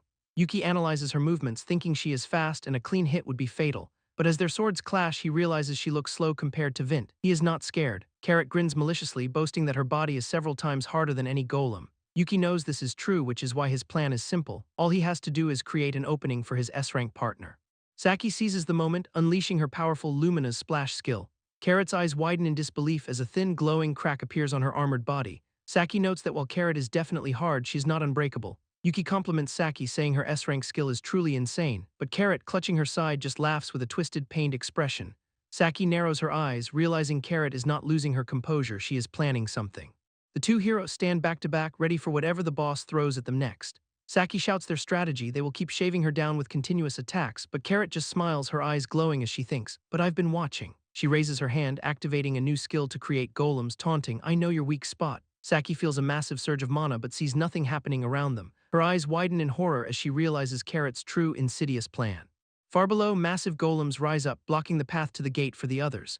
Carrot stands triumphantly, knowing that without help, the rest of the party will die. Saki realizes with dread that Carrot had been collecting golem material all along. She's trapped in a dilemma: focus on Carrot or save her party members. But Yuki makes the decision for her, looking at her sternly and saying, "Saki, go." They both know they cannot let a monster this intelligent and devious escape. With his sword held ready, Yuki declares with absolute resolve, "I will hold her here." Saki looks at him, her expression filled with trust as she says, "I am counting on you." As he walks towards the boss, she shouts, "When we get back, it is party time, okay?" Carrot sneers, thinking Saki has just thrown Yuki away as a useless sacrifice, but Yuki knows better. He thinks to himself, "No, this is trust." He walks forward, feeling the strength of everyone who has ever believed in him. Engulfed in a brilliant, swirling power, he thinks, "I have to answer that." Carrot is shaken, screaming, "This mana, why are you using monster power?" Yuki's profile is sharp and intense as he declares, "I am fighting as a monster tamer." He lunges through golden flames, warning her to get ready for swordsmanship from monsters. He lands a clean cut, and Carrot cries out in pain and confusion. She had read his technique, but his evil eye allowed him to use her own power without waste. Carrot, enraged, declares she will just change her form, activating Carrot Cure Cut. Her body transforms into a coiling, razor-sharp weapon, threatening to stab him through, but Yuki is completely unfazed, taunting her to see if that blade can even reach him. Carrot shrieks with smug satisfaction, thinking he is full of openings. "Got you." As their bodies collide, Yuki smirks, revealing his true intent, "I let you catch me." The crystalline entity's eyes widen in sheer panic as it realizes it has been trapped. "This time I'm using that hardness of yours," Yuki says, shattering her shell. As crystal fragments rain down, Carrot cries out, "You have been using me this whole time." A glowing sigil on Yuki's hand reveals the chilling truth: this is a monster tamer. Carrot hisses in rage, screaming that she will not forgive the pathetic human who damaged her shell. Yuki remains calm, knowing full well that the fight will not end with just this. He raises his sword, preparing to end this. "I'll show you what a real skill looks like." Words of power manifest around him as he chants, "Compress, polish, adorn." Carrot expands to a massive size, boasting that she is the ruler of this dungeon. But Yuki looks at the souls trapped within her and coolly says he will not even add her to his collection. Seething with pure hatred, Carrot threatens to grind him down into a grain of sand. Yuki easily dodges her massive strikes, shouting at her to look. Carrot mocks his small body, thinking her sheer size is too much for him to handle, but Yuki just chuckles, asking if growing huge is the only trick she has. Carrot roars back, "The bigger a jewel is, the more valuable it is," and unleashes a massive attack. "Nope, what really matters." Yuki's feet dig into the ground, kicking up bright sparks. His eyes blaze with power as he readies his sword. is how beautifully you cut it, right? He unleashes his ultimate move, a dazzling display of power called Blood Blossom Beautiful Blade. Blood drips from his cheek, his mismatched eyes glowing as he utters a single sound. But Carrot is absolutely stunned. How can a mere human possibly use the same skill as a monster? Yuki just closes his eyes, completely composed. He simply calls it, my style. A hurricane of red, blade-like energy projectiles swarms the massive crystal monster. Her glowing pink eye, filled with tiny sword reflections, widens in terror. She tries to scream a warning. Dodge, but it is far too late. The onslaught of red blades overwhelms her completely, sending sparks flying. Standing in the dust cloud, Yuki pants heavily. At least I managed to land it in a real fight. He looks at his bloodied hand. The cost of this power, the blood, is still way too much. As he turns to walk away, a voice rings out, filled with utter disbelief. I cannot believe this. He had to burn through almost his entire body just for that one attack. What a terrifying skill, but Carrot is not done. A crystal limb shoots out, aiming for his back. Looks like the price you paid was just as big. He blocks it effortlessly with his sword. Told you, I have already read your moves. He holds the block, staring her down with intensity. Still, looks like you are at your limit. Carrot gasps in pure frustration. What can you do with that wreck of a body? A fresh, bleeding wound is visible on his torso, proving her point entirely, but Yuki just smiles, a purple magic seal glowing on his hand. You are right, on my own I cannot do much, but summon, and from his hand emerges a tiny smiling purple bat, the ultimate weapon, folks, cute bat. This little guy wiggles happily, spraying tiny droplets of blood into the air like a living party popper. In a flashback, Yuki's silver-haired master watches him train, a stern, observant look on his face.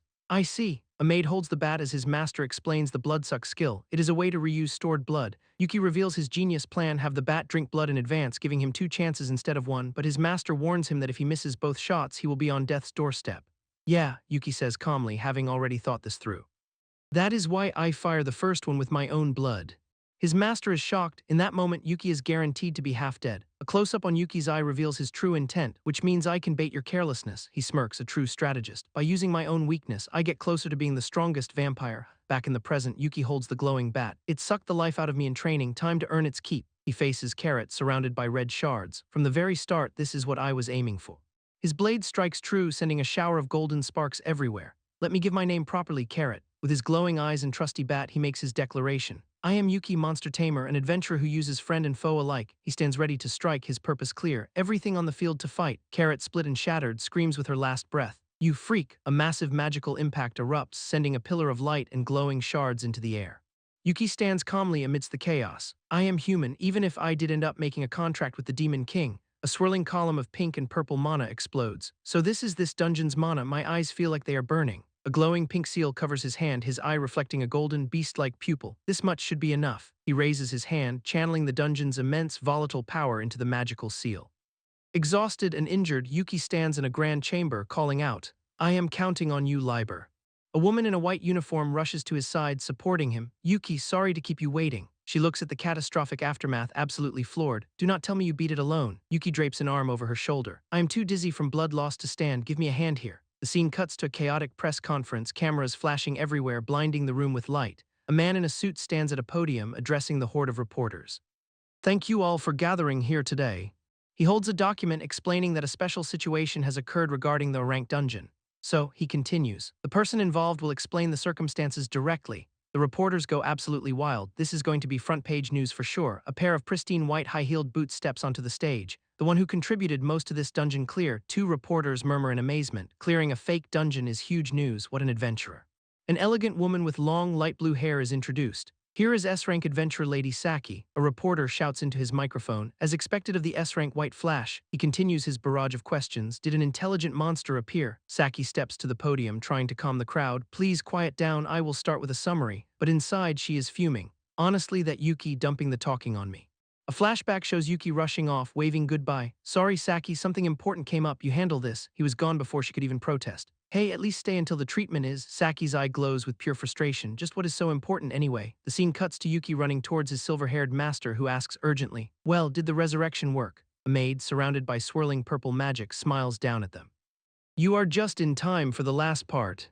The master warns Yuki, you really should not look at this. The mana alone will burn your eyes. Yuki strains against the immense power. Just standing here is enough to feel it. The maid, wreathed in magical violet chains, addresses a fallen figure. All right, Elvina, break time is over. She looms over the body, declaring, the head maid does not permit you to loiter in the underworld forever. A glowing UI panel announces her powerful skill, underworld approval. Lying among white lilies, the figure named Elvina stirs. Oh my, Yuki looks down in shock as she rises from the ground. Elvina looks up at him pale and confused. Master, why are you? Yuki is so relieved he is practically bouncing. Do not tell me you died, you came back to life. The maid explains it was her resurrection. Yuki thinks, I was honestly shocked, I thought I'd died for nothing. He clenches his fist, a wave of emotions washing over him. Ha, still. He looks down, his expression soft and relieved. I am glad you're okay. Elvina just stares back, completely unimpressed. Saying that to a zombie, is that supposed to be an undead joke? The silver-haired master looms over them, all business. Now then, you two, there is work to do, get changed. Yuki is confused. Work as a butler again. Wait, master, you work as a butler. The master just waves it off as the maid holds up suits. No, that is not all right, I will get changed, Tilda. In a flash of magic, Yuki is suddenly wearing a sparkling, prestigious-looking formal suit. He looks down, bewildered. Hey, this outfit is, as his master walks past, giving a final instruction. Today you, a gloved hand reaches out, completing the sentence with dramatic flair, play the king. Suddenly, Yuki is surrounded by monsters, a werewolf, an octopus, and more, all thanking him profusely. He is completely panicked and has no idea what is happening. Hold on, what is even going on all of a sudden? A silver-haired man, the Demon King, smirks from his chair. So you finally came. The maid, looking exhausted, explains she resurrected way more people than planned, thanks to Yuki's dungeon clear. The Demon King adds that everyone was curious about the human who pulled it off, so he gathered them all. The monsters cheer, wanting to hear his story and drink until morning. What a welcome. The maid pulls Yuki away playfully. This is a problem, everyone, I get priority. Yuki protests, it is not that big a story, as the Demon King calls out his name. Liber, he looks at Yuki intently. Thanks to the choice you made back then, this many of us were saved. The Demon King raises a glass of wine. Well done, so as a monster tamer, get used to accepting our gratitude. But Yuki looks solemn. That is not it, I did not do this for your sake. His green eye glows as he thinks. Elvina just happened to overlap with that girl is all. He stands before the crowd of monsters he inadvertently saved. A heartwarming flashback reveals a happy past, a piggyback ride, a smiling girl, a woman with a cake. Yuki closes his eyes, a faint smile on his face. But I guess I am glad we saved you. The maid confronts him, asking what he is doing as Lord Vint's top disciple. Lord Vint himself appears, nagging that Yuki still needs a lot of basic drilling as the star of the party. The Demon King notes that Vint even prepared clothes for Yuki, a clear sign of favoritism. He teases Vint, implying he is just as fond of Yuki as the monsters are. Looking at the empty plates, the Demon King muses. At first, I thought we would be the ones using him, never imagined he'd be the one to use us instead. Yuki stands between a giant orc and a werewolf. And then he achieved more than we expected. The Demon King smiles, holding his wine with a knowing look. That is the kind of guy he is. A vision of Yuki engulfed in a rising pool of blood appears. Anyway, about that, back at the press conference, Saki asks a reporter to repeat his question, feigning disbelief. A man in a hoodie and sunglasses smirks. I said, hurry up and bring him out. Saki's eyes widen as he clarifies exactly who he means, the real clearer. The hooded man looks menacingly at the stage. You are hiding some crazy monster, or not you? He smiles wickedly, making a bold declaration. Because that one, I am taking him. In a dark alley, a smartphone lies glowing on the ground next to a violent confrontation. A man with a bruised face yells, he just showed up with Saki. The hooded man scoffs, annoyed by all the low-ranked duds he has been finding. But then the man shouts a name he remembers. Wait, his name's Yuki. The hooded man pulls up a file. Right, the low-ranked guy, so that is him. The bruised man pleads for his life. See, so I have got nothing to do with this, just let me. But the hooded man points a fiery finger at him. No, cannot have you talking to anyone else. He looms over the flames, delivering a cold verdict. If you want to blame someone, blame that loose mouth of yours. The entire frame is consumed by intense, roaring fire. The scene shifts to a peaceful, sunlit park where a man walks with a bouquet of flowers. Yuki sits on a bench thinking, feels like it has been a while since I was surrounded only by humans. He has finally got time off. For today, I am not going to think about any of them, he thinks, imagining his monster friends as cute chibis. Holding a vibrant bouquet of tulips, Yuki smiles gently. I am here to see them. He walks down a sun-dappled path lined with memorial pillars. This is the Great Collapse Memorial. A place for those who lost their lives in a massive dungeon collapse years ago. He thinks of all the people he needs to report to, imagining them smiling warmly. He mentally recites his progress, becoming an adventurer, clearing dungeons, and even learning the sword. Suddenly, his eye sharpens. His peaceful moment is about to be interrupted. He spots a figure in a red hooded cloak huddled on the ground. Someone's here, Saki. The figure looks up, a confident smirk on his face. Nah, been waiting for you, Yuki-kun.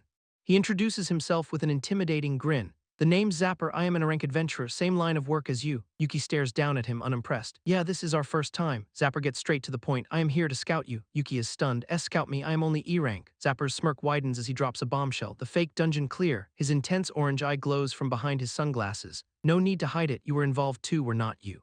Yuki breaks into a cold sweat. How do you know that? Zapper already has it all figured out. A flashback shows Yuki desperately pleading with Saki, likely asking her to take the credit for him. Yuki tries to downplay his role. I only helped guide the other adventurers out to safety. No, Zapper says, adjusting his sunglasses with a smug look. You are the one who took down the boss. Yuki is stunned. Zapper knows he was fighting the boss while the white flash was busy with golems. Zapper's knowledge is way too detailed. How could he possibly know all of this? Zapper sits back looking smugly relaxed. No idea why you're so desperate to keep it a secret, but just hear me out. He explains his philosophy using a chessboard. Dungeon conquering is not a normal job. You do not need disposable pawns. He stabs a dagger into the board for emphasis. If you want to make real money, you need good weapons. He looks at Yuki, his meaning crystal clear. The best weapons.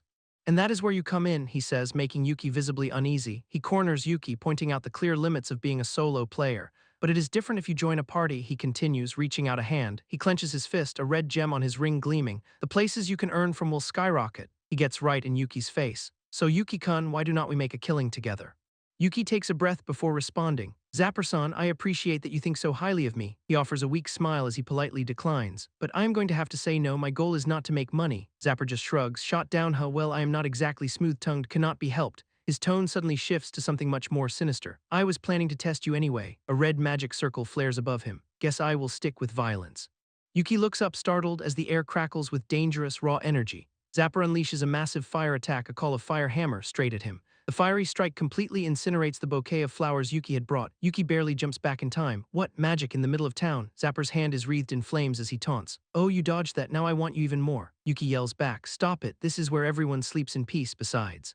Zapper adjusts his sunglasses with a smirk, finishing the thought. Yeah, using magic on the surface is illegal. He pins Yuki to the ground with his core stone bind. But turning down my offer, that is an even bigger sin. Jagged stone chains wrap around Yuki, who struggles helplessly. I cannot move, I cannot even use my skills. Zapper looms over him, observing his weakness. You are strong against monsters, but not used to fighting people, are you? He grabs Yuki's face, forcing his head back as he prepares another spell. Call. Glowing ice begins to encase Yuki's face. The skill is called Ice Bind. Zapper smirks. You are the opposite of me, you are built for dungeon conquering. He then slams Yuki's head into the ground with brutal force, which is exactly why I want you. Pinning him down, he delivers a chilling threat. I will tail every single dungeon you go into, and I will do this to you again and again. Go crying to the guild if you want, he taunts. But I am Zapper, the skill killer. Adventurers are not a threat to me. His gloved hand grips Yuki's head, the red gem on his ring glowing ominously. So, Zapper stands amidst a raging inferno. I will be waiting for a better answer before you die. The scene shifts to a black chess piece hovering over a fallen white knight, trying to steal one of my pieces. The Demon King holds the piece, his red eyes cold with fury. How impudent. Back in a safe space, the maid tells Yuki they need to come up with a counterplan. Yuki laments not having his sword, but admits he probably would have lost anyway. He stares at his reflection in the blade. I have got to figure out how to deal with that magic. The Demon King smiles smoothly, offering a simple solution. You are a monster tamer, are you not? He gestures to the kneeling Yuki. Then use it, a monster that is good with magic. A beautiful elf with long blonde hair appears, looking thoroughly annoyed. I am in the middle of my research, though. The Demon King presents her to Yuki. There is no one who understands magic better than this one. The elf Machina looms over someone demanding, learn the abyss. She is clearly not happy about this. She confronts Yuki asking why Vince's top disciple needs her help. I really cannot stand that old man. She observes the ghostly monsters surrounding Yuki. Come to think of it, I have never seen you at his tea parties. She launches into a tirade about Vint calling her old. I am still barely around 1,000, you know. Yuki is understandably shocked. Around 1,000 years old, give or take, she clarifies nonchalantly. I am still only 1,499, she insists. Yuki can only think that just barely counts. A red aura surrounds her clenched fist, but if I make Vince's disciple even stronger than he did, she leans in close, lifting Yuki's chin with a mischievous smile. That old fossil will hate it, do not you think? Her mind runs wild with fantasies of making Vint jealous and starting a forbidden romance. Anyway, I want you to teach me magic. She steps forward, agreeing to help. Well, it sounds fun, so I will help. Magic research needs stimulation. She leads him to her floor, a massive towering library. Yuki is overwhelmed. Do not tell me I have to read all of this. There is plenty more, she says calmly. Most of my floor is just books. She teases him. You do not even really know what magic is, do you? Yuki starts to defend himself. She pokes him on the nose, stopping him mid-sentence. Question number 1, but what is the difference from a skill? Yuki is stumped. Good question. What is the difference between skills and magic? Machina taps his nose again. Here is how it works. Skills are personal techniques. Magic is universal technique. Universal? Yuki asks, confused. Machina explains that skills fall into 3 rough types. A glowing aura surrounds Yuki. First, skills gained from your job. The cute bat flies by, trailing blood. Next, skills unique to each race. A silhouette of a man in a dynamic pose appears. And finally, skills born when a mastered technique gets elevated to something higher. Machina explains that skills are basically cheat techniques unique to the user's body, training, and talent. It is like trying to copy a chick that is already hatched. You just cannot because the insides are totally different. She looks at Yuki knowingly, asking if he has ever felt that difference himself. A flashback hits him, a memory of a unique skill. Blood blossom beautiful blade, my style. Yuki nods grimly. Yeah, he has learned that lesson the hard way, so magic is the opposite. Exactly, Machina confirms. For magic, anyone using the same chant and mana gets the exact same result. She raises a single finger, declaring it a universal, absolute rule that governs their world. Surrounded by a magical glow, she proclaims with finality, "That is magic." Yuki's mind is blown, but wait a second, he has a question. Machina holds up two fingers, anticipating his next thought. Why cannot everyone use it then? He guesses the conditions must be super strict, or maybe it uses a crazy amount of mana. The elf woman looks pained just thinking about it. Nope, the answer is much simpler. It is just way too hard. Hard to control the mana, Yuki asks. No, she clarifies, just hard to chant. She explains that a proper magic spell, even a short one, requires chanting an entire book's worth of text. An image shows a poor soul getting trapped by stone chains from a spell with a super long name. Yuki looks at the book in his hands, skeptical. He has only ever heard people say short things like call whatever. Machina holds up three fingers, ready for question number 3. How do you think they are doing it? Yuki pauses, stroking his chin as he puts the pieces together. His eyes light up with understanding. They must be using some kind of shortcut to make up for it. Machina beams, finally a correct answer. For example, using a staff that handles part of the chant for you, or by carving magic circles, or even just chanting parts of it inside your head. Yuki gets it now, so you can basically tweak the process however you like. Exactly. The great thing about magic is that studying it reveals more and more cheats. To demonstrate, Machina holds a staff in the library and summons a massive flaming hammer. Call Fire Hammer. This, she explains, is no chant casting. You complete the image and chant in your head, then just say the trigger word. It is a basic skill for mages, but this method creates huge differences in power depending on your understanding. Are you replaying the text in your mind, or is it a sound, an image? That is all up to the caster. Yuki watches the flames, realizing that is why the same spell can have wildly different results. Once you get the hang of it, you forge the spell, turning it into something that is uniquely yours. As the fire hammer materializes again, she exclaims that you are literally shaping the invocation itself. Embers drift past Yuki's face, his green eyes glowing with intense focus. Machina continues, explaining you can also keep just part of the chant and fill the rest with raw power. Yuki smiles, finally getting it. So to use magic, he just has to memorize the chants first, right? Machina takes the book from him. Yes, but if you just memorize it, that is all you will ever be able to do. A chant is a set of instructions. If you do not know what each line does, you cannot adjust it or create new spells. Yuki slumps in defeat. It is like learning a whole new language, and he already sucks at those. Machina notes that humans do not have as much time as an elf like her, so he should be grateful. She raises her staff, activating a massive glowing green magic circle. Library. An extreme close-up shows Yuki's eye now glowing with an intense, vibrant green light. He suddenly finds himself in a massive cavern surrounded by a swirling wall of fire. Whoa, this place is… Machina levitates with a book, explaining the spell externalizes a book's contents. This is the world of my book, she says, surrounded by fiery serpents. Clear this virtual dungeon and you will have learned it. Yuki grips his sword hilt, a grin spreading across his face. Nice. He readies his blade, confidently stating that this kind of thing is his specialty. His eye is wide with intense focus, ready for the challenge. Machina floats among the books, laying out the task. He's going to clear all basic elements and their variations. Today, Yuki stares at the hordes of fire serpents. You mean all of those? Of course, she replies with a challenging smirk. You're not going to say it is impossible, right? A giant glowing fire monster lunges straight for him. Yuki's grin widens with determination. No. He unleashes a powerful slash of blue energy, meeting the fiery attack head-on. Machina watches his display of power with a thoughtful expression. Blue energy swirls around him as he declares, I will finish it in a flash. 3 days later, our hero is now on the wind floor and it is not going well. A giant eagle-like creature shrieks, ready to tear him apart. Yuki desperately tries to remember the chant. To interfere with wind, only the unchanging, the undying forms shall. The eagle attacks, summoning a vicious green tornado. He gets yeeted through the air, trying to finish the chant while screaming for his life. As he plummets, he barely manages to cast Call Air Catch, saving himself from becoming a pancake. Lying defeated on the ground, he gets the ultimate roast from Machina. You really have zero talent for this, huh? Yuki finally understands why adventurers do not chant. In a real fight, it leaves you wide open.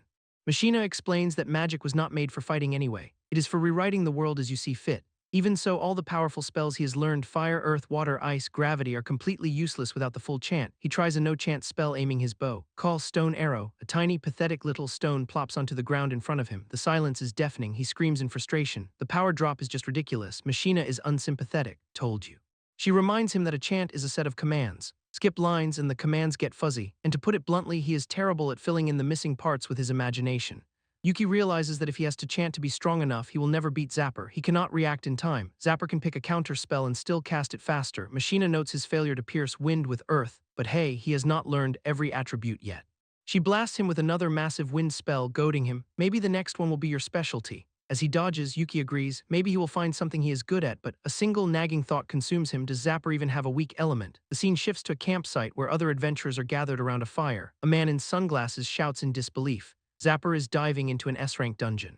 Companion confirms it, the very same one a party with 2 S-ranks had to retreat from. A flashback shows a hooded Zapper casting a blinding spell at a massive purple dragon, his comrades terrified. The man in sunglasses understands the strategy. A place like that is out of reach for your average pursuer. Meanwhile, Zapper's subordinate nervously asks what they should do. Zapper's response is firm, we are going in. The man stammers, but it is dangerous. There are still monsters to clear. Zapper just smirks, his sharp teeth showing. Dangerous, yeah, maybe so. Suddenly, a monstrous worm erupts from the ground, sending the subordinate into a panic. 2 other men are seen fleeing for their lives from the massive beast. The worm lunges straight for Zapper, its gaping maw ready to devour him. Zapper, completely unfazed, simply points a finger at the incoming monster. He unleashes a blinding flash of destructive energy, shouting, call. A massive sigil appears, launching a barrage of water spears, storm axes, lightning arrows, and ice husks. He casually walks past the gooey remains, complaining that he overkilled them and ruined the materials. His subordinate can only stare in awe, all element, no chant casting. It is just insane, he thinks to himself. That is what it means to be an A-rank top-class magic user. Zapper stands amidst the swirling darkness of the dungeon. He calmly lights a cigarette. S-rank dungeons are dangerous, which is why they have to catch Yuki fast. His subordinate points out the damage from the monster attack. Zapper glances at his fallen B-rank allies with pure contempt. If it dropped, just patch it up however. He drops his cigarette, thinking he is not wasting precious mana on such small fry. If he is going to use his power, it is to catch something special. Cut back to the library where Machina is dreamily calling out to her first disciple Tilda, who is currently passed out flat on the floor. You really are especially untalented, huh? Yuki is literally in tears, realizing magic just is not for him. He could not even chant a single spell. Machina muses that if he is hopeless with the main elements, the minor ones probably will not help either. He sighs, defeated. Guess I will just have to make do with what I have already got. Machina's face darkens. Make do, she demands. You really think you get magic now? Yuki stammers, trying to defend himself, but every spell he has tried has been a failure. She looms over him, shouting that they have not even reached the warm-ups yet. Magic is about rewriting the world, she declares, breaking complaints, unfairness, even common sense itself. Her expression is ice cold. So I will not allow words like compromise or give up. Yuki looks lost. Then how am I supposed to? She pokes him right in the forehead. Easy, I already did something similar on that old man, remember? She smiles brilliantly. Break it apart and build a brand new rule of your own. The next step is creating applied magic. He has learned enough theory to teach beginners himself. Her advice is simple. If every spell is a bad fit, then create a new spell you're good at. She gives him a playful wink, confirming her brilliant strategy. The method is the opposite of normal casting. Use pure instinct to rewrite the world, then add a chant later. Yuki focuses, his face illuminated as he processes the instruction. Rewrite the world on instinct alone. Machina suggests a live fire exercise for a combat spell, but then she pauses. What is wrong? Her green eye glows with power as she gives a single command, call. Water swirls around her hand as she invokes the spell, Aqua Vision. Through her spell, she sees a man in a red jacket surrounded by flames, shouting, call fire escape. It is Zapper, and he is hunting for someone, a sinister smile on his face. Where is he? He unleashes a burst of flame down a corridor, shouting Yuki's name while casting a tracking spell. Yuki sees this through Machina's water sphere and panics. Zapper, what is he doing here? Machina grins, looks like he followed them. This works out perfectly for their little training session. This time no summons, she commands, as a blue teleportation circle illuminates the floor. Handle it with magic. Yuki recognizes the circle with dawning horror. It is the same one from before. He realizes it must have been teleportation magic that brought him here in the first place. They appear on a new floor, a perfect battleground. Yuki mutters, teleportation magic, huh? Zapper steps forward, a smug look on his face. So you really were hiding your strength. He adjusts his glasses, grinning, got an answer for me now. Yuki draws his sword, shouting, my answer is… Zapper does not wait, immediately firing sharp projectiles of water at him. Call Aqua Javelin. Yuki grits his teeth, barely deflecting the attack with his sword. Zapper sneers, no need to say it, that defiant look in your eyes is all the answer I need. He follows up with another spell. Call Stone Jail, trapping Yuki between 2 massive stone slabs. But Yuki unleashes a burst of raw energy, shattering the prison. He moves with incredible speed, his blade glowing with blue magical force. Zapper is genuinely impressed. So you have got a swordsman's knack too, huh? Not missing a beat, he casts Call Mud Bind, turning the ground beneath Yuki into a sticky trap. Yuki realizes in horror that Zapper combined water and earth to make it faster than no chant. Zapper just laughs. Sink, sink, deeper and deeper. Zapper mocks Yuki's attempt to counter his mud with more mud. Too bad. Yuki interrupts with his own spell, shouting, mine lands first, call Wind Hammer, but he is too slow. The counterattack hits him hard, splattering his face with blood. Zapper looks down on him, sneering, if you still need to chant, your magic is not much to look at. Yuki clenches his eyes shut, bruised and bleeding. He cannot win a straight-up chanting match, then. A new resolve fills him. He screams, I will just have to create a new spell. As blue energy surges around him, Zapper sees the look in his eyes and knows he is plotting something. He prepares his own spell. Call. Yuki lunges forward with his sword. He thinks to himself, magic is a miracle. Zapper explains that chants are just long explanations of the why behind a spell, but if the caster truly understands the logic, they can cut away the fat and eventually achieve no chant casting. A close-up on Yuki's determined green eye shows he is trying to find that logic right now. Zapper grins like a predator, reaching out with a clawed hand. He unleashes a torrent of jagged yellow lightning, forcing Yuki to dodge for his life. As he maneuvers, Yuki's grim thoughts surface. For him, there is no spell he is good at. Zapper calmly directs a barrage of stone projectiles at him. Yuki thinks, I have never had a miracle happen for me. A memory of a happy time with nuns and children at his home flashes through his mind. He is struck by debris as he remembers the fire. Not a single one of them ever came back. A massive chunk of the ceiling is ripped out and thrown toward him. The stone slabs smash together in a massive, blinding explosion. Zapper walks away calmly, assuming his opponent has been crushed. His glowing red eye scans the dust cloud, satisfied with the destruction. He stands amidst the rubble, the victor in a ruined battlefield. Yuki is bruised and cornered. His thoughts echo his despair. There are no miracles. He closes his eyes in pain. I cannot truly understand a single magic spell. Suddenly, his eyes snap open, glowing bright green, as a voice calls out to him, First disciple. A tiny chibi machina appears, explaining she just invented a new telepathy spell to talk to him. Yuki stares blankly. She chides him for experimenting at a time like this, but offers some advice. Listen, you have the knowledge. What you're missing is deciding what kind of spell you want to make. She smiles brightly. You need to let your own feelings speak and ride that power. Yuki looks inward, contemplative. Feelings that at least I have. A flashback of his lost family appears. His feelings are toward magic itself. His eyes blaze with intensity. The feeling is pure anger. This realization unleashes his power, and the rocks around him begin to levitate, glowing with golden energy. The entire hall explodes in a violent storm of dust and rubble. He clutches his chest, finally understanding. At this unfair world, he looks down at his glowing hand. Had every right to be angrier. Zapper reappears, surprised. Found you, Yuki, so you have not given up just yet, huh? Yuki turns to face him, bruised but resolute, holding up a hand. Zapper grins wildly, conjuring orange fire. No chant magic, but he unleashes a massive firestorm, screaming, No magic can stand up against my magic. But amidst the inferno, a silhouette stands unharmed, its eye glowing with a piercing light. Zapper stares, completely stunned by this impossible sight. His eyes are wide with shock. What is happening? He thinks to himself. What is that spell? To succeed by walking the exact opposite path from your teacher. High above, Machina watches, thinking Yuki is a hopeless student to teach, but a proud smile spreads across her face. It is a good spell. Yuki stands before Zapper, surrounded by a glowing purple geometric construct. Listen up, Zapper. His eyes are focused and determined. This is my magic, a spell born from my rage that denies magic itself. Zapper shouts. Call Void Shield, conjuring a barrier that denies all magic. Yuki grips his sword, his own purple shield flaring. Zapper, I will not let you use magic. Zapper is furious. What kind of logic is that? Why are my spells getting erased one-sidedly? Crackling with lightning, he screams, Forget recruiting you, I'll kill you right here. Yuki stands ready, his void shield calmly waiting for the electrical onslaught. He unleashes a swift strike, his sword cutting through the air with purple energy. Call. Zapper leaps back, summoning a massive whip of water. Call, Aqua Whip. Yuki braces himself behind his glowing violet barrier, noting that this is probably his current limit. Zapper growls in frustration. Fire, lightning, water, every single element gets wiped out. He grimaces, finally understanding. This is a spell that interferes with the very will going into mana. Machina watches from above, impressed. So he has noticed he is not bad at using it either. She explains the concept. Normal magic rewrites the world. Yuki's void is the reverse. It commands mana, do not change. Machina laughs, calling his unique power the void attribute. A spell only her problem child could ever create. But Zapper, the man with the shades, smirks. He's already found the weakness. The void breaks if a spell is powerful enough. His plan is simple. He will just overwhelm the kid with pure, raw volume. Magic circles flare to life around him. A storm of spells, fire axe, aqua arrow, lightning whip, all scream across the battlefield right for Yuki. Yuki grips his sword, realizing the obvious. Just sitting there and blocking everything is a one-way ticket to losing, so if defense is not enough, he will just have to try something new. Purple energy gathers in his outstretched hand. He smirks, combining his power with his blade. I just combine them. Void Saber. A new weapon is born. With blinding speed, Yuki's new Void Saber slices through the magical onslaught like it is nothing. Zapper dodges frantically, realizing the kid is only cutting the dangerous parts, canceling them with minimal effort. Machina watches, impressed. Her disciple only has one element, but his knowledge of magic is absolutely first class. Yuki's eyes glow with purpose as he dashes forward. But with this, I can reach you. Zapper panics, shouting, Call Ice Wall, Wind Wall. Two massive barriers slam into place to stop the charge. Yuki leaps towards the walls, his plan clear. I will erase the wind and the ice. His purple blade carves a perfect arc, shattering both magical defenses. I will just cut through it. Zapper cannot believe his eyes. This is bad. Zapper's magic is useless, and Yuki's sword is blocking every physical attack too. He unleashes a desperate, massive spiral of flames. Call Fire Wave, but Yuki is ready, raising a familiar defense. Call Void Shield. The flames are swallowed whole. Sweat pours down Zapper's face. He is panicking. At this rate, he will be the first to run out of mana. What spell can break this? He searches for an answer, but Yuki has already found his opening and is sprinting forward. Yuki raises his Void Saber high, ready to end this. Skill, he begins, preparing the final blow. A terrifying red aura erupts around him, a vortex of spectral swords signaling a devastating technique.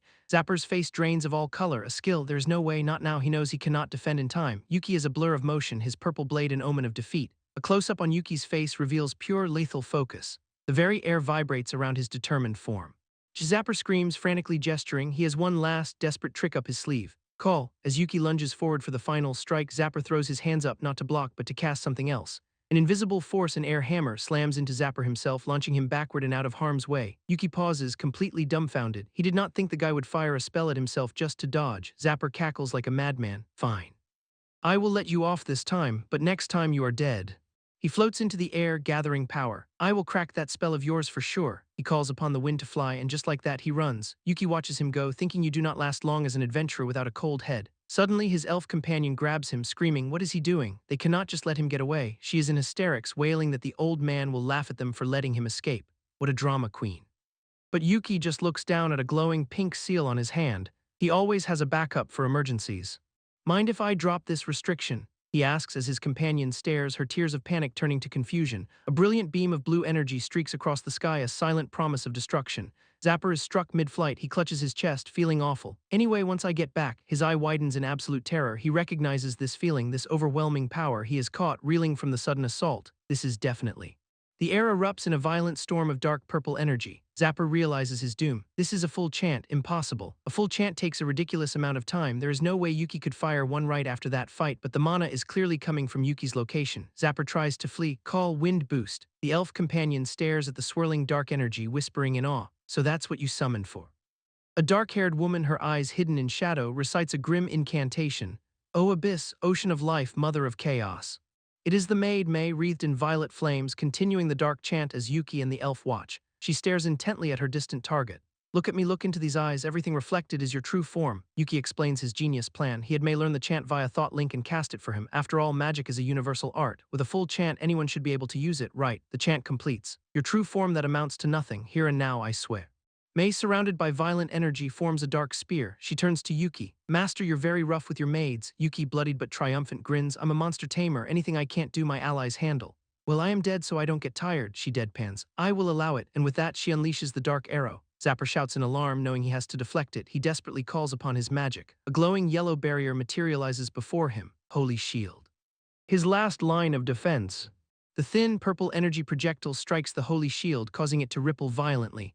But then cracks begin to spiderweb across the yellow energy. The shield is breaking. Zapper's eyes are wide with terror. That arrow, it is not just a normal attack. Yuki's voice rings out across the battlefield. Told you, Zapper. His menacing purple aura flares. This is not a dark arrow. It is a void arrow. I won't let magic happen for you. A swirling vortex of pure anti-magic engulfs everything, spiraling directly towards the helpless Zapper. Zapper is swallowed by the chaotic purple energy, his final scream echoing, "You have got to be kidding me." Yuki sits on the ground, catching his breath. He tells his teacher her lessons on power and accuracy were perfect. He looks up at Machina, his bruised face filled with genuine pride. Got a good teacher. All that remains of the arrogant mage are his spectacles, lying abandoned in a swirl of purple magic. Meanwhile, at the dungeon entrance, figures in white robes gather. The enforcement unit is in position. They can handle this themselves. Their only real threat is the ranker, Zapper. The enforcement unit declares their mission, arrest adventurer Zapper and his partner, Yuki. A little while later, Yuki stands exhausted before the dungeon's exit portal, sighing. He is carrying the unconscious Zapper on his back. This is way tougher than it looks. He will just haul the guy to the guild, but a figure in white boots blocks his path. Adventurers, stop right now. Suddenly, he is surrounded by the enforcement squad, their weapons drawn. You are under arrest. Yuki is startled. White uniforms, the guild's elite law enforcement. What do they want with him? Great timing, he starts. I was just about to bring this guy, but a wall of ice erupts, blocking his way. A female mage named Nano glares at him coldly. I said stop right there. You heard me, did not you? Yuki panics, still carrying Zapper. Hey, wait a second, why me too? A masked man, though rank priest Dugo, looms over him. Zapper, we have received multiple complaints against you. And you, his partner, Yuki, both of you are detained. Partner, Yuki screams. Who the hell is his partner? He desperately tries to explain. Wait a minute, I am innocent, I am the victim here. But his plea is cut short by a sudden, massive explosion of fire. Fire burst. The enforcement squad is caught completely off guard by the blast, shouting in confusion and pain. Amidst the flames, Yuki calls out Void Saber. He realizes someone has already figured out his magic. A blue-haired man grins maniacally, his face bloodied. It is Zapper, awake and ready for round 2. Guess I woke up at the best possible time. Zapper lunges at the white-clad squad, moving with blinding speed to engage them all at once. The squad coordinates their assault: Ice Lance, Shadow Slash, and a massive magic axe. Two masked warriors leap down with glowing polearms, but Zapper just crouches, ready for them. Yuki, watching from the sidelines, shouts a warning. That position's dangerous. But another squad member blocks him. Your opponent is me. Yuki growls. Not now, damn it. Zapper's mouth opens in a fierce shout, his eyes burning with intense energy. Call. Massive bolts of blue lightning erupt from his body. Thunder burst. He traps his enemies in an electric cage. A pair of black boots stands firm. In the background, a defeated squad member lies motionless on the floor. Zapper sends another one flying with a powerful strike. I am sending this one back. A warrior tries to intervene, but Zapper effortlessly parries the attack. A green magical seal forms over a fallen enemy. It is Dugo's skill, Untouched Favor. The masked priest warns Zapper, do not take another step. Zapper now stands protectively behind a blonde hostage, groaning in pain. This time's worse than before. Yuki realizes he is helpless. His shield cannot reach, and he cannot dispel attacks fast enough. The masked priest decides to take on Zapper himself. You lot, keep your eyes on Yuki. Yuki's mind races. With a hostage, they cannot move carelessly. This is a mess. Zapper begins a complex ritual, summoning dozens of golden magic circles. Protecting someone is such a pain. Yuki stares at the sky in horror. That quantity of magic circles. It is large-scale magic. He cannot protect everyone. He prepares to act, shouting, "Everyone, stay within my shield's shadow." But then a white-robed archer leaps into the air, her glowing bow shimmering with power. It is a woman with bright, star-patterned eyes. She looks at Yuki calmly and says, "There is no need for that." Her skill activates, her eye glowing. Yuki realizes the sheer scale of her mana output. He recognizes her instantly, the captain of the enforcement squad, an S-rank adventurer, the guild's living rulebook of combat. Her name is Jinki, rank S job, Holy Knight, and she is here to end this. With a bright smile, she announces her skill, a ridiculous name for a devastating attack. Zapper's eye widens in alarm as he feels the overwhelming magical pressure. He is struck by a powerful, invisible force, screaming as he is knocked backward. Jinki aims her bow, a skill that hits before the arrow is even fired. "Reckless of you," she says, "to pour all your mana into a fence." Zapper, bruised and beaten, gasps. Damn it, Jinki himself showed up. He desperately screams. Call. Massive blue chains erupt from the ground, a last-ditch effort called Stone Bind. Jinki simply turns to Yuki. Now, Yuki, I will need your magic. How does she even know about his magic? Yuki, struggling, shouts back. Forget it, we will talk later. Call, as dark purple energy surges around him. He unleashes his power, his body wreathed in violet flames. Void Saber. Zapper grunts in annoyance, manifesting multiple orange seals to defend himself. He then unleashes an arrow rain, not at Jinki but at her squad members. Jinki observes this. Oh, going after the other squad members, a cheap trick, but she has a skill for that too, a chaotic storm of energy that switches the target of an enemy's spell, and the new target is Yuki. He cannot believe it. Me, seriously. He desperately throws up a void shield to block the massive attack crashing down on him. Jinki looks back with a sly smile, because that should block it, right? Yuki stares back, exhausted again. How does she know every single one of his moves? She leaps through the air, spear in hand, her expression intense as she prepares her final strike. Her great Naginata strikes true, leaving Yuki bloodied. Checkmate, she states coldly.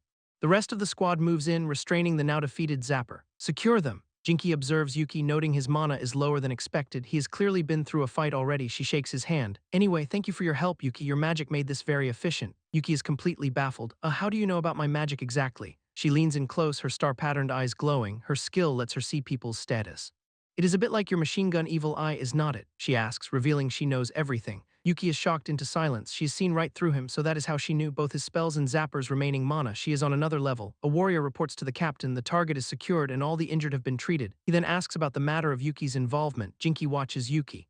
His suspicion has been cleared, right? He helped with the arrest.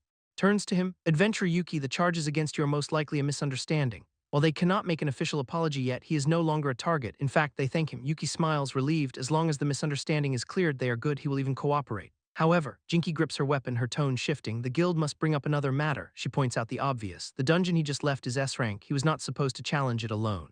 Yuki's bruised face is a mask of confusion. Heh, what is she talking about? The squad surrounds him. A voice reminds him that all dungeon exploration requires guild authorization. He had clearance for a party, yes, but going in solo is a serious breach of the rules. Jinki argues that he is strong enough, but her subordinate points out he is still officially ranked E. Rules are rules. The captain gets a sly look in her eye. Then here is a compromise. She gestures towards Yuki, smiling. He will help them by clearing a dungeon of their choosing. Dugo, the masked priest, will accompany and monitor him. If he proves his skills, all charges will be dropped. Yuki is skeptical. Why cut him so much slack? Jinki explains that for humanity, any delay in clearing dungeons is the biggest crime. Her eyes glow. She became captain specifically so she could make exceptions like this. The squad watches him go. Jinky is looking forward to seeing the monster tamer's strategy. Yuki contemplates the mission if someone witnesses his methods. He is in deep trouble. Back at his base, the elf Vint sips his wine. Just clear it like you always do. Simple for him to say. Yuki panics. The squad monitors adventurers. If they see him with talking monsters like Elvina, his license is gone. Elvina is still recovering, and his little bat monster Q-chan is not nearly enough to clear a dungeon alone. Vint offers a solution. Then ask Task, that guy knows everything.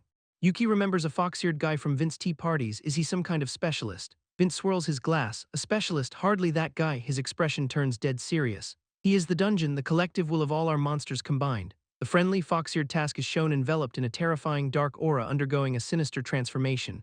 Task, the character with animal ears and a long, striped tail, casually walks up to Yuki. He looks at Yuki with an eager expression.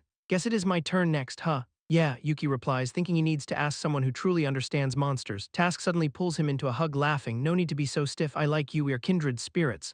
This is their first real talk, but Task is already way too close for comfort. He introduces himself as Task Wildwold and says researching monsters is just his nature.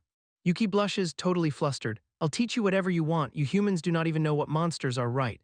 Yuki explains the human perspective. Monsters are just creatures that live in dungeons, that is about it. Task explains that, to be precise, monsters are simply beings that seek out and consume mana. A thought strikes Yuki. By that logic, since humans gain mana in dungeons, do they count as monsters too? Yup, Task says with a heart gesture. More accurately, you are becoming a monster. Yuki is shown as a confused little chibai, a monster label floating over his head. This is a lot to take in. Task gets even more excited. Yeah, we are the same kind of thing, let us get along. Yuki asks if different monster races feel a sense of kinship with each other. Task explains that what matters is not what they look like, but whether they share the same mana source. So monsters from the same dungeon are buddies. But from a different dungeon, they are total strangers, even if they are the same race. Yuki gets it, it is about affiliation, not species. That is why his monster crew gets along so well. Task grabs his shoulders, so he is looking for a monster that does not talk and stays calm. Yeah, Yuki says, and one that can handle all kinds of situations since I can only summon one at a time. Task gives a confident wink and a thumbs up, surrounded by hearts. Leave it to me, I have got a great one. He gestures to a ferocious pink dragon roaring its head off. The reliable guard dragon of our first floor, Tyrant Dragon Chan. The dragon's standout features, overwhelming vitality and extremely high firepower. A torrent of flames erupts from its mouth and Yuki scrambles away. Why is she attacking me right off the bat? The dragon's thoughts are clear. She's grateful for being brought back, but she's still pissed that he killed her once. It is the same one. Fine, bring it on, Yuki shouts, gripping his weapon. He's not just going to hide this time, but then the dragon just turns away, refusing to fight him. What? Task grins. She is letting him off with that. And she is pretty impressed he survived her flame breath unscathed. Yuki is frustrated. She will not even give him a real fight. Plus, he does not have enough mana to summon her anyway. You like smaller ones? Task asks, pulling him into a headlock. Should have said so, we have got plenty more. Next up is a beast type, Shadow Claw, a four-legged monster made entirely of shadow that can move through darkness. Yuki holds a wisp of its shadow in his hand, amazed. Whoa, that skill sounds strong too.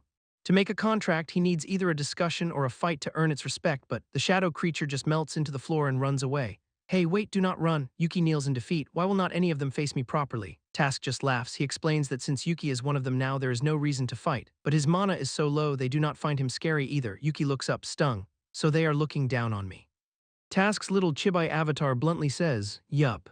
A flashback to Machina's advice. Smart monsters will respect him, but instinct-driven ones only care about raw power. Yuki is dejected. Before he can even prove himself, they are not even interested. Task leans in with a confident smirk. Well, I will help you out with that. He reveals a secret. His race is Chimera. He is a composite beast made from all kinds of monsters. He is everything and nothing. Task explains his skill allows him to freely adjust his monster composition.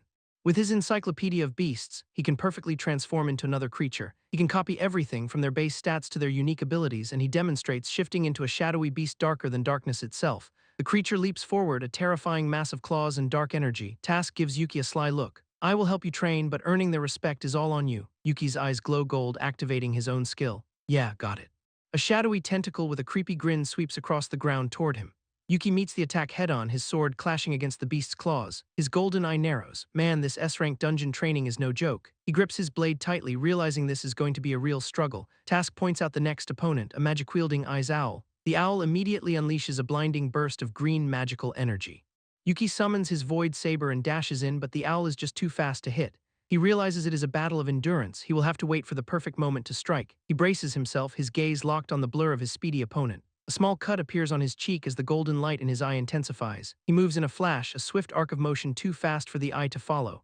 But he is still frustrated, surrounded by the remnants of the owl's magic. He unleashes a powerful sweeping slash, leaving a trail of multicolored light.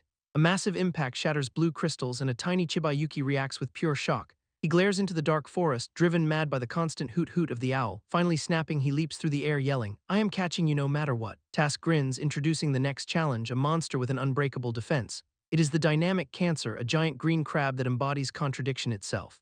The crab just laughs and burrows underground, leaving Yuki staring at the dust. But Yuki smirks, thinking he has already dealt with tough shells before. His eyes glow as he prepares a skill, ready to catch it the moment it resurfaces. He activates his ridiculously named Blood Blossom Beautiful Blade, my style. For the final round, Task holds up a snake, a specialist in every poison imaginable. Yuki thinks he is safe if he just keeps his distance, and then he immediately collapses. Task explains this snake spreads vaporized poison, no bite needed. "I am immune, but you." Yuki's hand trembles as he struggles to perform one last summon. In a shower of sparkles, his beautiful pink-haired maid Elvina appears. Her sharp blue eyes look down, assessing the pathetic situation. She notes his new purple skin tone, asking if it is some kind of corpse joke. After the training, Task tells him the deeper floors are still way too dangerous. Yuki leans on his sword, exhausted. He almost died so many times, but he got a few contracts. Task reminds him this is a legendary dungeon, just surviving is amazing. Then he winks, asking for a little thank you, introduce him to some new monsters. Yuki asks, "You mean from other dungeons?" Task eagerly nods. "Even just their parts will do." With new materials, Task can become more. He can learn what he truly is. His ultimate dream is to unravel every single monster that makes up his chimera body. He smiles, admitting this is why he has had such high hopes for Yuki from the start. Yuki finally gets it. "So that is why you were so eager to help me." Task asks him to bring the monsters back alive, a request Yuki finds a little demanding. Yuki wonders who he should choose as his main companion, needing an all-rounder. Task tells him to relax, just say okay even if he is lying. But as Yuki thinks, a brilliant new plan begins to form in his mind. Glowing with energy, he says, "There is something I want to try, hear me out." Later, a masked guide shows Yuki holographic maps for his next dungeon clear. It is a B-rank dungeon with 4 floors, and each floor's terrain changes drastically. The final boss is a large spider-type monster known as Mother Spider. The mission is simple, conquer it solo within 1 week. The guide makes it clear he will not help under any circumstances. Yuki stands ready with his sword, saying he is already prepared for this. The guide eyes his light gear, assuming he is just scouting the place out first. Still, clearing a B-rank dungeon solo in a week is a monumental task. A blue-haired observer notes that the captain must truly believe in Yuki's strength. 1 hour later, Yuki and the guide stand at the end of the first floor's cave. They enter the second floor, a dense jungle, confirming the dungeon's strange layout. The guide is impressed. Yuki has gotten this far without a single summon. Suddenly, sharp projectiles come flying out from the overgrown forest. Yuki barely dodges the volley of lethal spears that rain down around him. Sinister, monkey-like creatures with glowing eyes scramble toward him, screeching wildly. Yuki's eyes widen in shock as he identifies them, demon apes. A whole swarm of them emerges, a pack of monsters ready to overwhelm him.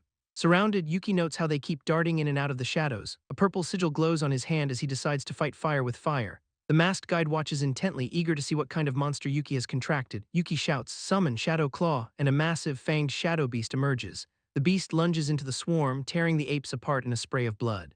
Yuki smirks, "Hide in the shadows all you want, this one was born in them."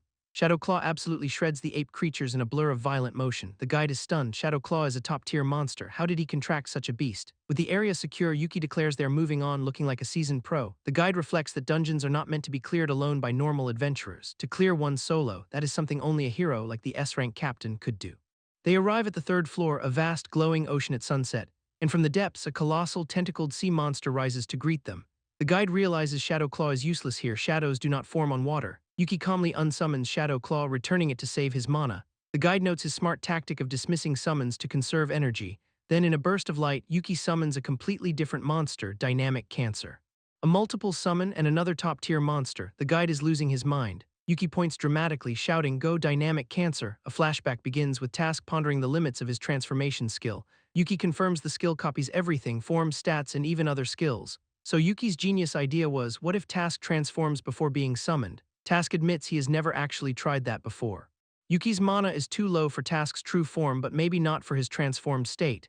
If the system recognizes Task as the same entity, it could be a perfect loophole. This would mean Yuki could summon any monster through Task, even with his 1 companion limit. He looks at Task. "The all-purpose monster I need, it is you." Task grins, finding the theory worth testing. If the skill recognizes him, it'll work.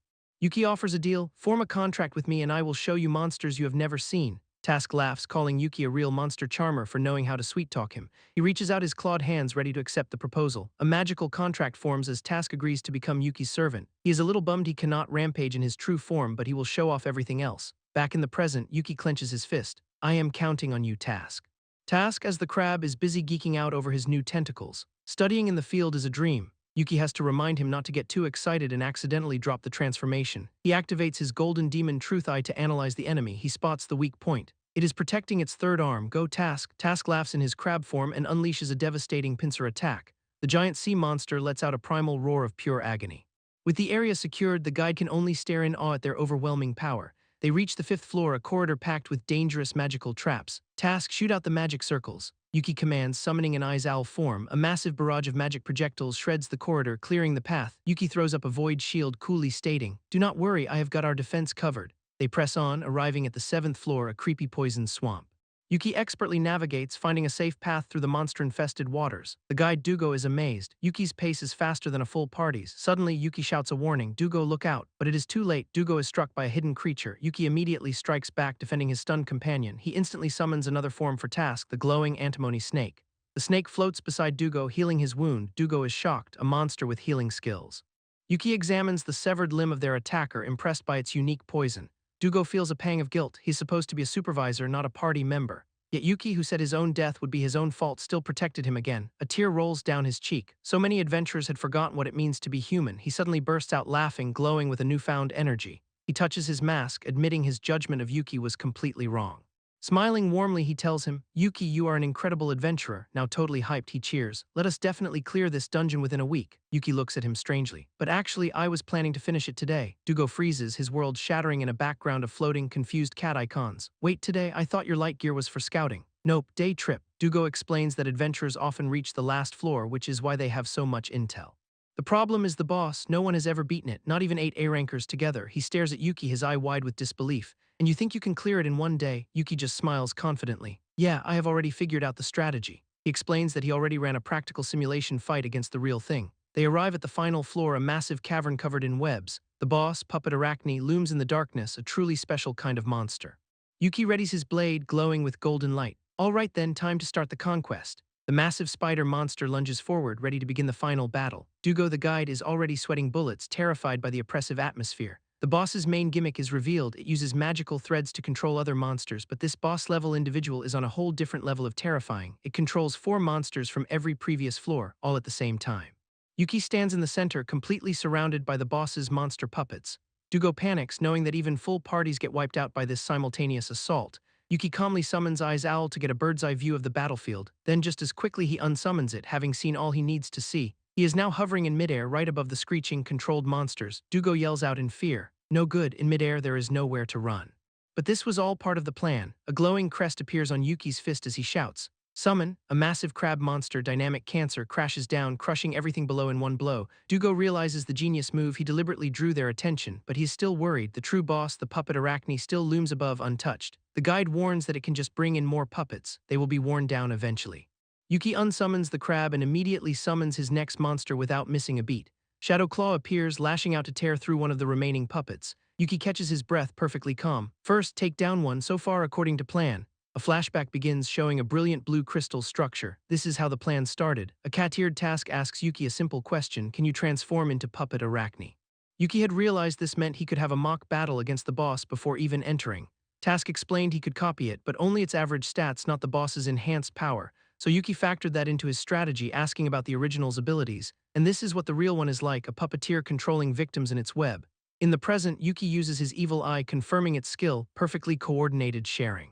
It can only manipulate unconscious creatures, using its venom to paralyze them first, which means if the creatures are conscious, the spider cannot control them. In the flashback, Yuki proposed using Antinomy Snake to neutralize the paralysis. Task pointed out that would only seal their movement for a moment, but Yuki countered, "No, there is an even better way." Back in the fight, Yuki commands, "Task, tell me their stats." He remembers what he learned from training. Monsters that move on instinct will only recognize and respect overwhelming strength. The puppet monsters lash out with their tentacles, not with strategy but with raw power. Yuki dodges easily, noting they do not follow detailed commands from the spider. That is precisely why the spider has asterisk to control them with its threads. He stays focused, dodging and weaving, shouting, "Next." The spider monster above sends out new threads to grab another puppet. But Yuki knows the exact range of its threads from practice. He predicted this move. He has already taken care of one puppet, so he knows exactly which one it'll pick now. The spider's glowing pink strands wrap around the hulking creature just as he foresaw. The trap is set. The spider has committed its threads and Yuki is ready. The glowing seal on his palm pulsates. Finally, all in place, summon. He calls forth antinomy snake, ordering it to neutralize the paralysis on that monster. The snake's magic works and the monster, now free from paralysis, simply falls asleep. The spider shrieks in confusion, its control suddenly and inexplicably broken. Yuki smirks, explaining the boss's fatal flaw to its face. It can control weak monsters easily, but for the strongest one in the dungeon. If all 4 puppets started moving freely, even the boss could not handle the chaos. Forced into a corner, the spider has to attack its own rogue puppet to regain control. Yuki watches calmly. "You've got no choice but to fall into my trap." The spider's attack lands, a massive explosion of force and a pained roar from the puppet. And while that is happening, the other puppets are now free to act on instinct. They instinctively attack the nearest enemy in their territory, Yuki. But he has already summoned an armored monster, a perfect, impenetrable shell to hide behind. He uses the armored shell to climb high into the air, directly into the spider's face. The boss is now completely defenseless. Its threads are occupied and it has no shield. Yuki prepares a devastating attack, surrounded by a whirlwind of summoned swords. "You cannot stop this." He unleashes his ultimate skill, his body engulfed in a blinding flash of power. Below, his armored summon lands a crushing final blow on the distracted puppet monster. And just like that, with the boss defeated, conquest is complete. Yuki stands victorious in the glowing web, but a hooded figure was watching from the shadows, absolutely stunned by his power. This is monster tamer Yuki. He turns to his companion with a smile, asking if he has finally proven himself. The hooded man Dugo gives him a surprising order. "Yuki, you need to raise your rank immediately." Dugo explains it is not that Yuki is weak. It is that he is overwhelmingly strong for his current rank. Yuki gets it. It would be a total waste of his talent not to climb the ladder as fast as possible. 6 days of non-stop dungeon grinding later, an exhausted Yuki enters his final promotion quest. But Dugo hands him a new mission dossier. This is not a conquest, it is a joint investigation. Yuki stares at the papers, completely blindsided. A joint investigation, what is that? The target is a special kind of monster, a named one, an individual that breaks all the rules of its species. Yuki admits he has never even heard of them. This is brand new territory for our hero. Dugo clarifies that the crystal spider he just fought, Carrot, was also a named one. Yuki is shocked. That terrifying crystalline beast was a special individual. Dugo starts a little lecture. He explains that every monster species has a general range for its stats, but every so often a monster appears that completely shatters those limits, a true special case. When adventurers encounter these unique monsters, they give them nicknames to identify the new threat. For example, a special slime might be nicknamed Useless Liquid. That is what makes it a named one. Yuki realizes these are monsters with skills he cannot copy, abilities born from pure personal mastery. He remembers what his mentor Machina taught him. There are 3 types of skills. The first comes from your job, the other 2 types of skills come from your species. Or from the individual monster itself. Even one of his own summons pipes up, declaring that it is a named one too. Its Encyclopedia of Beasts is an all-purpose skill that only it can use, making it unique. Yuki connects the dots. Could a named one potentially evolve into a dreaded demon king? Dugo confirms it. Such cases have happened, which is why these investigations are so critical. This time they have to work with another party, so Dugo suggests they build a friendly rapport. But as Yuki turns to greet them, he can already feel the tension in the air. The other adventurers are whispering about him, recognizing him as the guy clearing dungeons left and right. A solo monster tamer. The woman in their party cannot believe it is even possible. The rumors are flying. They have heard he's contracted S-rank monsters and dives into the deadliest dungeons alone. To them, Yuki is not just an adventurer. He is a walking, talking, human-shaped dungeon. They nervously wonder if he is after their investigation target, deciding it is best to stay out of his way.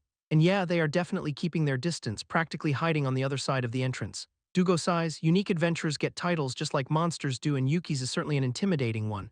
Then they spot Dugo's white uniform, the mark of the dreaded Purge Division. Now they are really panicking. Dugo just facepalms. All he does is maintain order, but everyone treats him like a boogeyman. Yuki just shrugs it off, ready to get started, when suddenly, the ground erupts. Giant dark tentacles snatch the female adventurer, pulling her screaming into the air. Her teammates draw their weapons, surrounded by massive trees with faces. The monsters were camouflaged, but before they can even react, enormous blades of purple light slice through the forest, shredding the ambushers. The power comes from Yuki's hand, where a glowing magenta seal crackles with overwhelming magical energy. Without a moment's hesitation, Yuki summons a shadowy beast, shouting, "Summon Shadowclaw." The creature lunges forward, a blur of dark energy and razor-sharp claws tearing into the enemy. Meanwhile, Dugo kneels beside the fallen woman, casting a gentle healing spell, Untouched Favor. The woman looks up, stunned and grateful, thanking the mysterious hooded figure for saving her. Yuki sprints ahead, his sword glowing, leading the charge deeper into the dangerous woods. He takes command, using his skill to spot hidden enemies while the others provide backup. The 2 other adventurers, though terrified, nervously agree, readying their swords for a fight. A sinister creature hisses from the shadows, stalking them through the misty, purple-tinged forest. Even Yuki has to admit this place is absolutely crawling with monsters. Dugo explains this is a C-rank dungeon, but it is so remote and unprofitable that no one ever comes here. It is an abandoned dungeon, cleared only by a handful of dedicated adventurers. Like them, most dungeons are ignored like this until a major problem forces the guild to pay attention. Dugo laments that there just are not enough real, dedicated adventurers to handle these forgotten places. Yuki listens, then makes a bold declaration. Once this investigation is over, he is clearing the whole dungeon. Suddenly, his eye glows with a golden, cat-like slit. He has sensed something. He raises a hand, signaling everyone to stop. The target is just up ahead. One of the adventurers peers through the trees, his eyes widening as he sees it. There, sitting on a stump, is a small, adorable turquoise creature humming happily to itself. The female adventurer completely melts, hearts in her eyes. It is the cutest thing she has ever seen, but Yuki is not fooled by its appearance. He knows this is a carbuncle, highly intelligent and a master of escape. His glowing eye analyzes its abilities. He can see its hidden skill. There is no doubt this is their target, but the red-haired warrior charges forward recklessly, yelling, "Let us take it down quick." The tiny carbuncle panics, shocked to see humans in its territory. "Stay away," it screams, unleashing a terrifying power. Skill Maze Make You Maze Total Chaos Labyrinth. Massive stone walls erupt from the ground, trapping the charging warrior. The entire dungeon is changing. The female adventurer is separated from the group, lost and alone in the shifting stone corridors.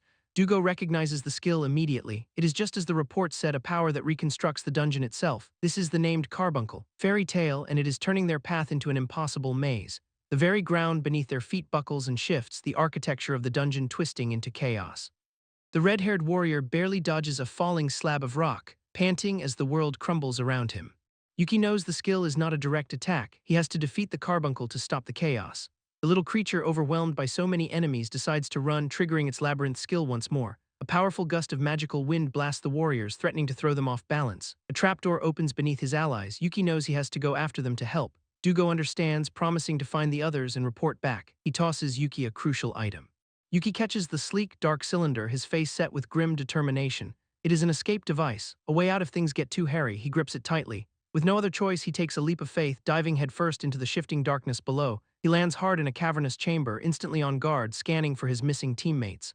Surrounded by the cold stone of the newly formed maze, he shouts their names into the echoing silence. Suddenly, his eye dilates in pure shock. A bead of sweat rolls down his face. He has seen it. The two lost adventurers are cowering in terror, cornered by a massive, shadowy figure. A monstrous, armored beast emerges from the darkness, its voice booming. "Someone was chasing my subordinate." A giant clawed finger points at the first adventurer. One, it then points to the second. Two, the towering tree-like monster turns its glowing gaze to Yuki's silhouette. Three. This is Lord Zira's. It reassures the tiny carbuncle in its hand that it will erase all three of them. Yuki is floored. The dungeon boss is on a shallow floor and its mana level, it is completely off the charts. Zira's turns to the tiny creature, commanding it, "You help me out too with that skill of yours." The boss radiates a terrifying golden energy, ready to begin the slaughter. Raising a massive hand, Zira's declares they will atone for trespassing in its dungeon. Jagged roots of pure energy tear through the air as the boss unleashes its attack, piercing grudge. "This is bad," Yuki shouts, desperately reaching out to activate a defense. He summons a massive armored crab monster, Dynamic Cancer, to block the deadly assault. The boss grumbles, annoyed that one of them could actually put up a fight. Behind the crab's shield, one of Yuki's other summons, a cat-eared warrior, grimaces in pain. The crab's shell cracks under the immense pressure. It cannot block these attacks forever. "I know," Yuki yells, ordering the two terrified adventurers to get behind him for safety. He readies his sword, but the blonde man just stares, wide-eyed and frozen in fear. A terrifying realization dawns on Yuki. His evil eye skill, it cannot even see the boss's abilities. This monster is on a completely different level than anything the reports had described. The towering boss scoffs. "Before us, you're powerless," as it prepares to unleash another skill. Yuki shouts a warning. The next attack will come from buried roots erupting from below, but Zira's gives the command and the little carbuncle prepares to activate its own defensive skill. A massive wave of blue energy surges from the ground, a devastating combination of both their powers. Yuki gasps in horror. He has been completely outplayed. Zira's simply tells him to watch. The two skills, Total Chaos Labyrinth and Piercing Grudge, merge into a single inescapable attack. This is the end. The little carbuncle looks exhausted, letting out a pained sigh. That combo took everything it had. Zira's gently comforts the creature, glad that it is safe from the now defeated humans. Carbuncle is still confused. Why is a powerful being like Lord Zira's on such a shallow floor? Zira's just laughs, as long as the two of them are together. The boss reveals its terrifying secret. It can expand the dungeon floors as much as it wants. But suddenly an owl swoops down, launching a barrage of ice lances at their prison. Zira's is not impressed in the slightest, dismissing the magical assault with an annoyed huff. Yuki lands nearby, his face cold and determined. So sneak attacks will not work either. The boss is surprised. He cut through the piercing grudge and saved the other two. How? Yuki just gives the monster a smug, defiant smirk. "Well, now what do you think I did?" In a flash, he had used his Blood Blossom Beautiful Blade skill, a one-time use trump card. It was not an attack, it was a portal, a way to send the two useless adventurers back to safety. Now, standing alone against the dungeon boss, Yuki raises his sword. It is time to finish this. Zira's chuckles. Humans really are annoyingly clever despite being so weak.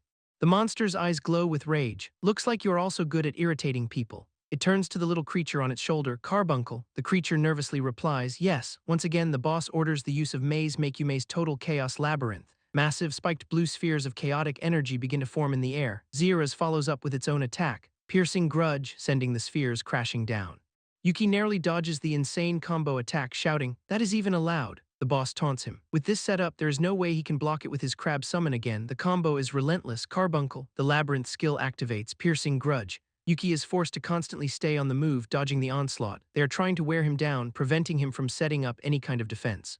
He knows he cannot keep this up forever, but then a new idea sparks in his mind. His owl summon offers to provide magical support from the air. No, Yuki thinks, there is a better solution. He unsummons the owl. Zira's roars that no summon can block this attack, launching another Piercing Grudge. Yuki's magic seal glows. I am not blocking it, he says. I am going on the offense. Summon. An intense, fiery light engulfs the battlefield as a brand new figure emerges from the flames. A woman with piercing green eyes appears, spinning a weapon that hurtles toward the spiked orb. It is a woman in a maid outfit, and she smashes the attack with a single devastating blow. She lands, complaining that maid outfits are not her style, but dutifully bows to her master. Yuki explains her special trait. As an undead maid, she has a body that knows no fatigue, but that is not her only trick. The spiky orb is now hurtling back towards its sender. The maid laughs maniacally, declaring she will return the favor with her own skill, Super Strength. The hulking monster can only stare in disbelief. What is this absurd power? With trails of blue energy streaming behind her, the maid lunges forward, shouting, take this. She delivers a crushing blow, smashing the monster into the ground with its own attack. She then casually asks Yuki why he did not just summon her in the first place. Yuki has a moment of comical realization. He could not summon her in front of others, and he completely forgot she was an option. Well, better late than never. Now they could finally end this. Zira struggles to its feet, its body cracking under the strain. It has been seriously damaged. The little carbuncle on its shoulder begs it to retreat for now. Shut up. Zira's roars, refusing to back down. One more time, this time I will finish them. But the carbuncle warns it, if Zira's uses dungeon reconstruction again, its body will not be able to handle it. The monster screams in defiance. What is wrong with the dungeon collapse? A dark premonition flashes through Yuki's mind, a vision of people gathering. He stares in horror at the ghostly image of a burning building. Dungeon collapse. The term refers to a historical cataclysm. The first country to discover dungeons was a world leader. Then the first dungeon collapse was observed in that same country, and then another and another. Within hours, that entire country had vanished from the map, completely destroyed. The profession of adventurer was born from this tragedy, created to prevent it from ever happening again, but even now the terrifying threat of dungeon collapse continues to plague the world. Yuki stares, the weight of that terrible history crashing down on him. Dungeon collapse. Carbuncle continues to plead with Zira's, warning that reconstructing the dungeon puts a huge burden on its body.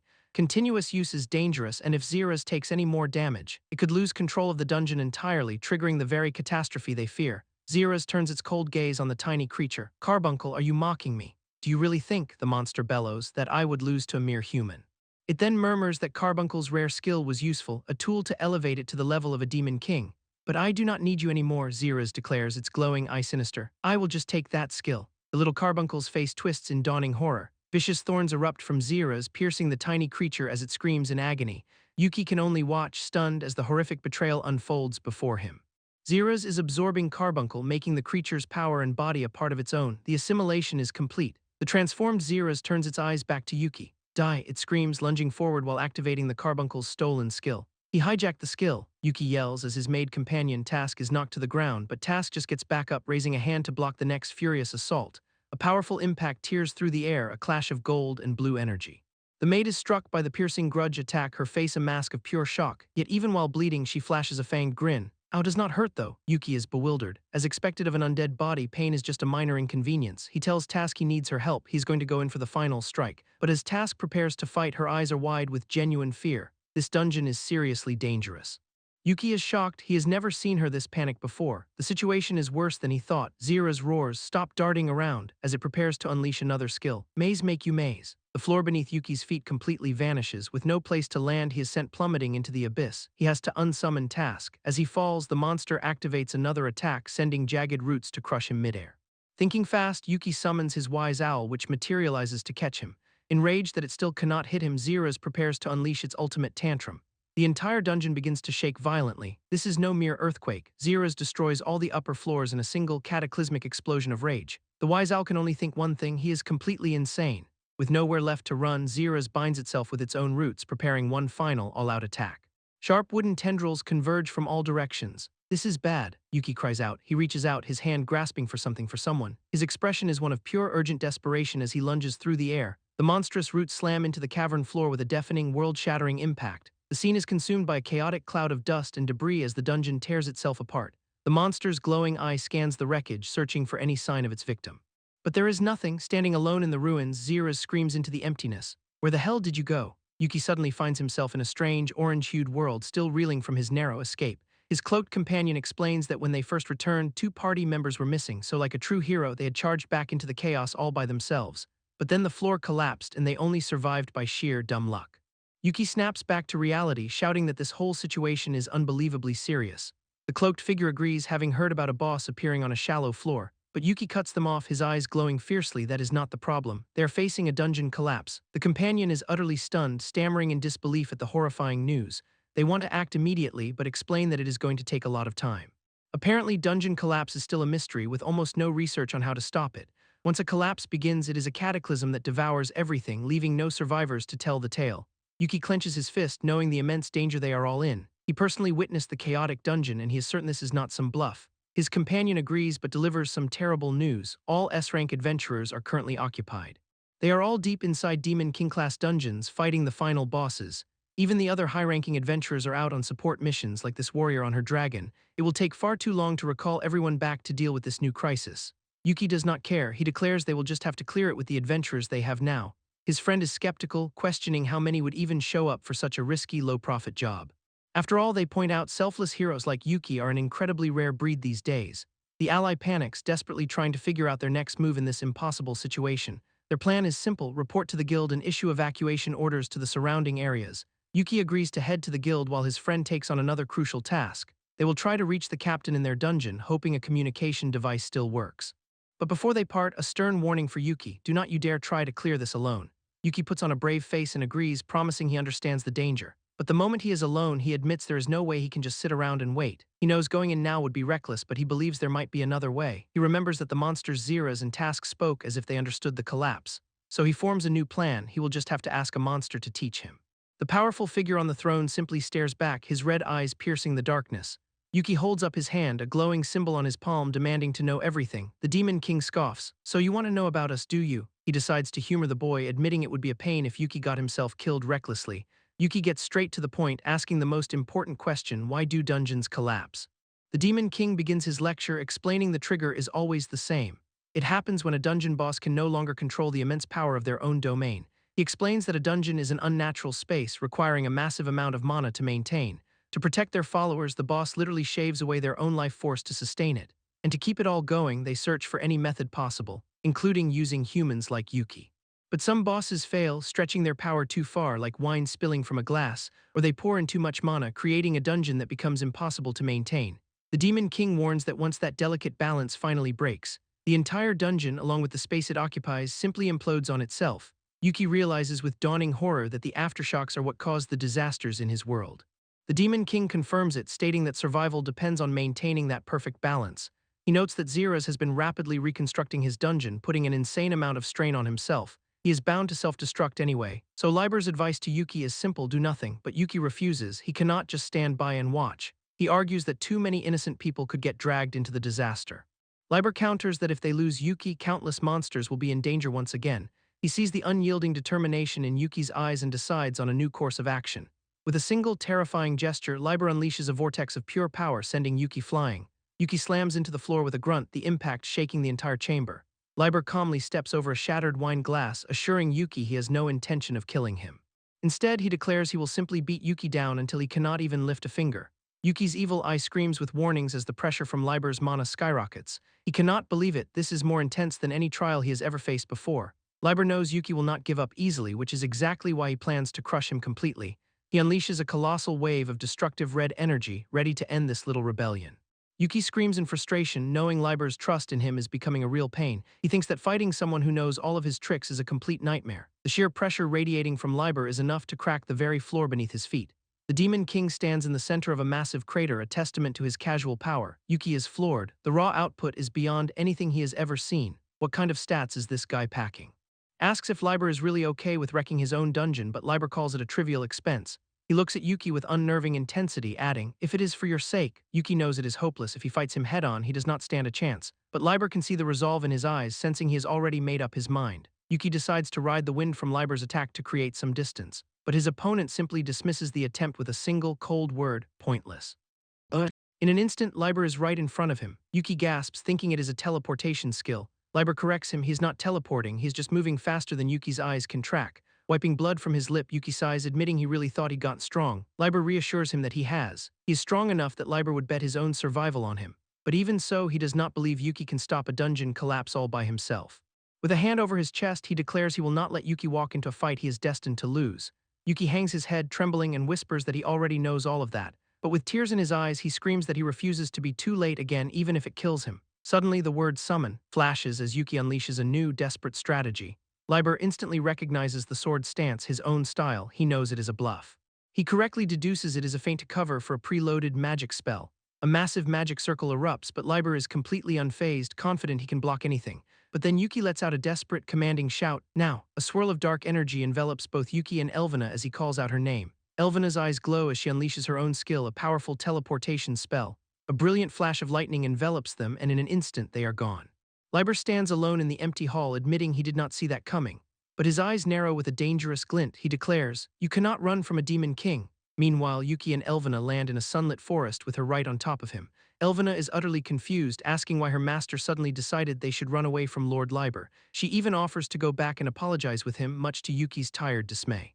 They are somewhere on a higher floor of the dungeon, but with no idea exactly where. Regardless of their location, Yuki knows they have only one objective: find an exit. But then a chilling announcement echoes through the dungeon, addressed to all floors. The order is clear: capture adventurer Yuki. Use any method as long as he is alive. Elvina stares at her master, her expression unreadable, asking what on earth he did. Yuki just sighs, admitting he always figured a day like this might come eventually. He steels his resolve, looks to the sky, and declares that he will fight Liber's entire dungeon. And right on cue, a massive, snarling wolf-like monster emerges from the shadows. The ferocious beast lunges forward, its glowing blue eyes filled with predatory hunger. Yuki and Elvina stand back to back, exhausted but ready for the next brutal fight.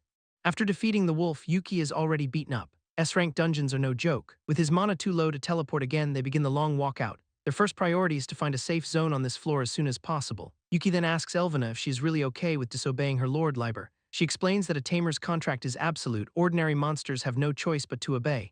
Yuki realizes that Demon King-class monsters like Task are clearly not ordinary. Elvina reveals she never intended to take him back to Liber in the first place. Yuki is, of course, completely confused by this revelation. She tells him it is because she knows he can stop a dungeon collapse. After all, she heard how he overturned impossible odds just to bring her back to life. Cupping his face, she says that she thinks Lord Liber is worrying a little too much. The intimate gesture leaves Yuki wide-eyed and completely shocked by her faith in him. He admits he had no idea she trusted him that much, but Elvina thinks he is just clueless about his own value.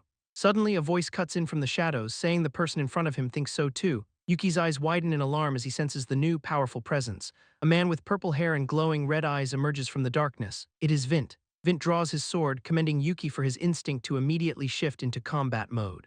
With a piercing gaze, he declares that mindset alone is not going to be enough. And just like that, a vicious sword fight erupts between the two of them. Vint easily overpowers Yuki, telling him his current strength cannot overcome a dungeon collapse.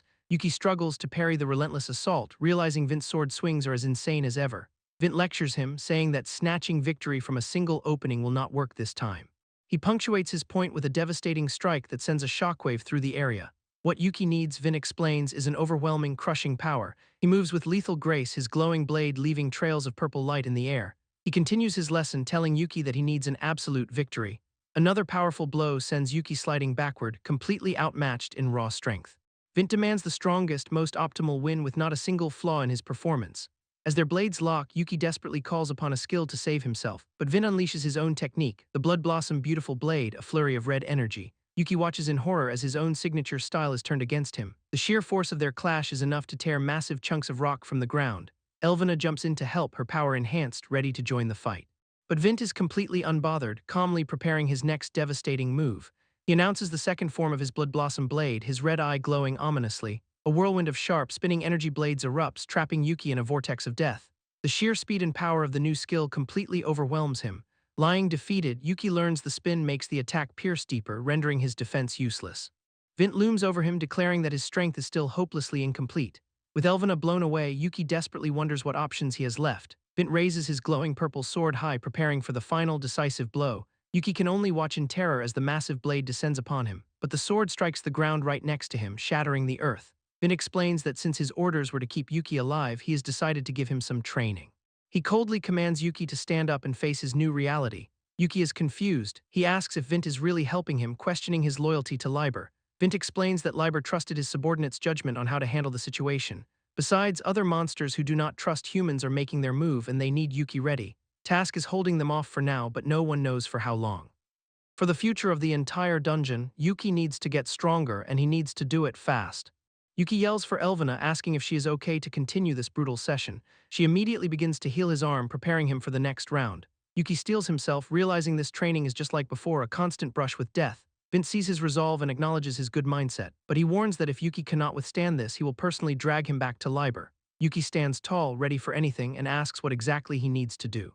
Vint looks him dead in the eye and gives him a one-word answer: level up. Specifically, he needs to level up until he can use multiple summons at once. Yuki is confused, arguing that you cannot level up inside the same dungeon. He asks what he's supposed to do here, but Vint clarifies his meaning. While his raw stats will not increase, his skills can be strengthened through battle experience. It is the same way he mastered his Blood Blossom blade, through constant life-or-death combat. Vint wants him to level up his summon skill by pushing it far beyond its limits. He needs to push so hard that even at his absolute peak, he still craves more power, and Vint has the perfect method to achieve this as a horde of monsters appears. The plan is simple: stronger fights against more and more powerful monsters. Yuki looks on with teary eyes, recognizing the monsters he once saved. The creatures growl, declaring they will never forget that he brought them back to life. One of them clenches his fist, roaring that this time he will be the one to smash everything. To make this hellish training possible, a maid named May arrives to handle everyone's recovery. Yuki realizes that if May is here, it can only mean one thing. Vint confirms his suspicion. They have dedicated one whole floor to this endeavor. They are pouring all their mana into a continuous cycle of fighting and healing. In human terms, Vint smirks. They have created the ultimate monster house.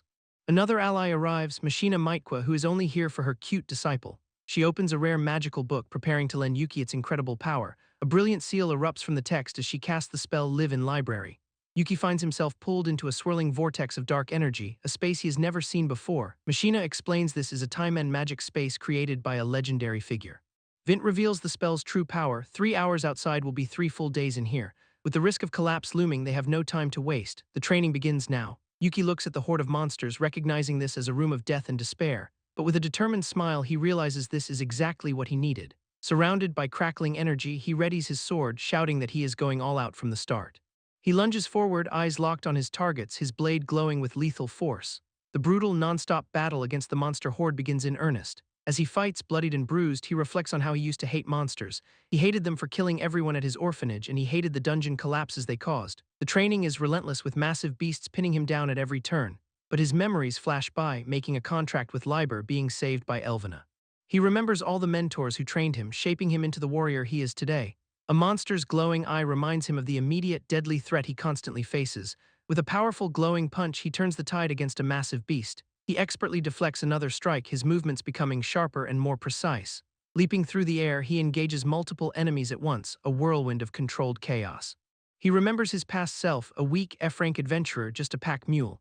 But now that nobody raises a glowing fist, determined to stop the dungeon collapse. Finally, he unleashes his summon skill, calling forth a tiny, adorable cutie bat. His hands, now healed, hold a glowing purple blade while the tiny bat rests on his palm. He then soars into the air, activating his own signature skill, Blood Blossom Beautiful Blade.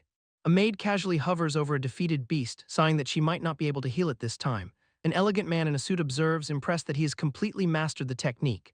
The man declares it is time to get serious, summoning his own blade with the very same skill. The two warriors face off in a dark void, wreathed in crimson energy, ready to clash. Their blades meet in a shower of sparks, a desperate struggle between master and student.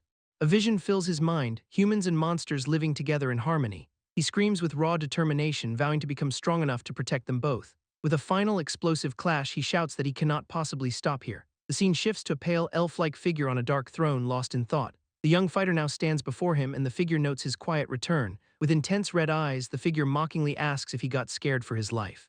But the fighter calmly states he is here to make a deal with him, Liber.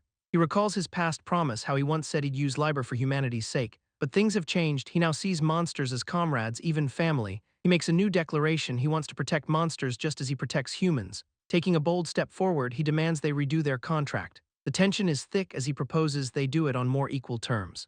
Clutching his bloodied chest, he vows to live and protect everything he holds dear. He reaffirms his commitment to protect both humans and monsters with everything he has. The elf-like being Liber stares back at him with piercing orange-red eyes, and then showing sharp fangs, Liber breaks into a booming, mocking laugh. He calls the boy a spoiled brat who just wants his selfish wishes granted. Surrounded by swirling flames, Liber yells that he has not changed one bit. He screams a warning, keep this up and he will end up losing everything.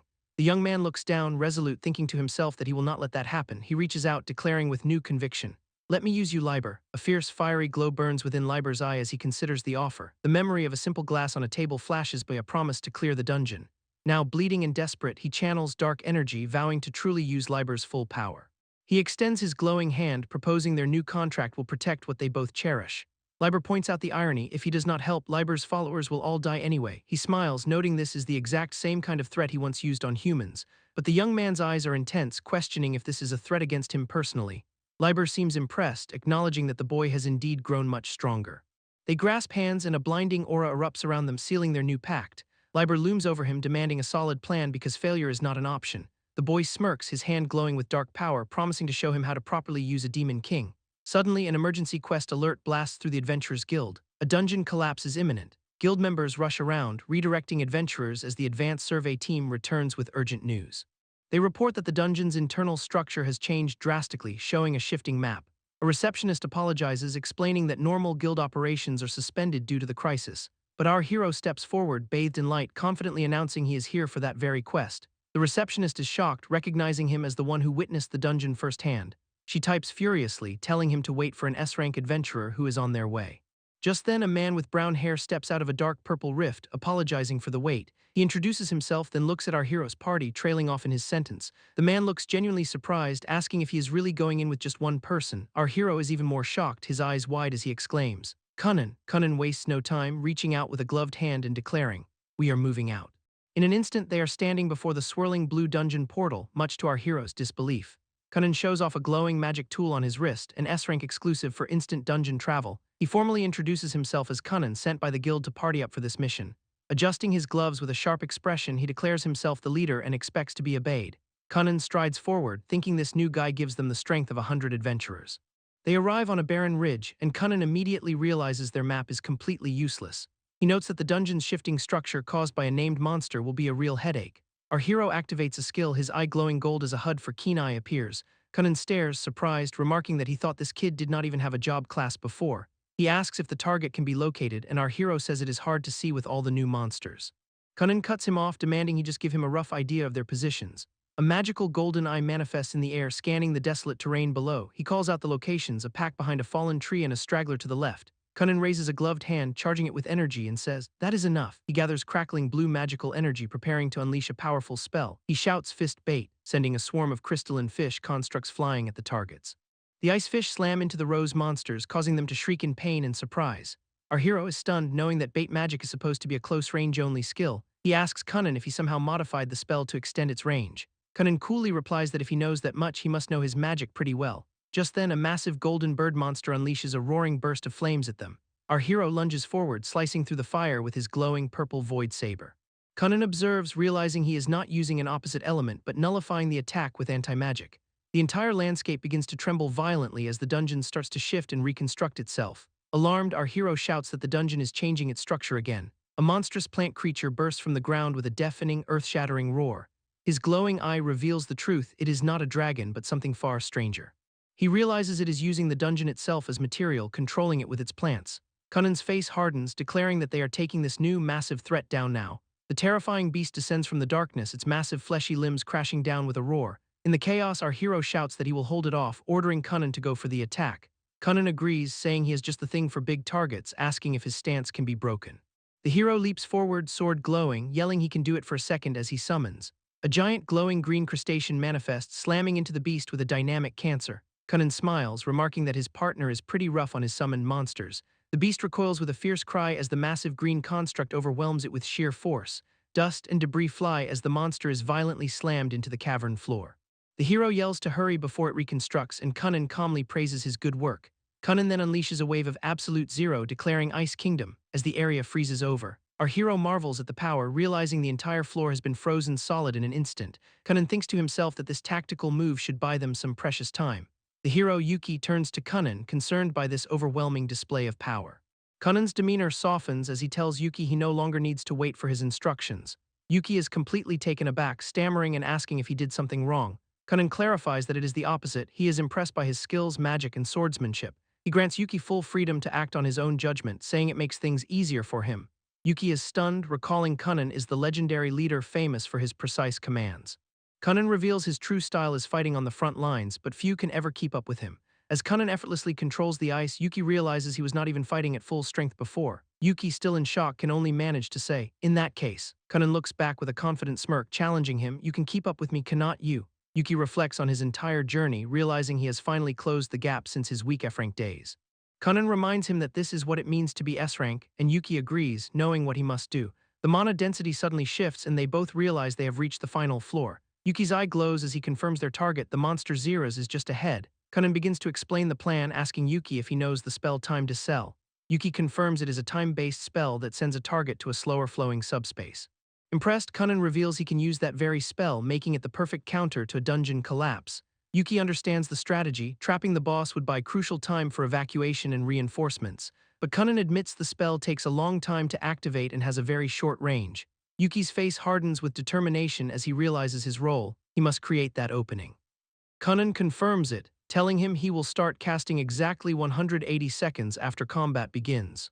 Yuki ponders the time limit, recognizing the significance of that specific number. Suddenly, the dungeon corridor erupts with a violent, unexpected tremor. They are caught in a surge of purple energy and flying debris, completely ambushed. A shadow looms over heavy double doors as a dark voice scoffs from within. A hulking, monstrous boss emerges, sneering that they went down surprisingly fast last time.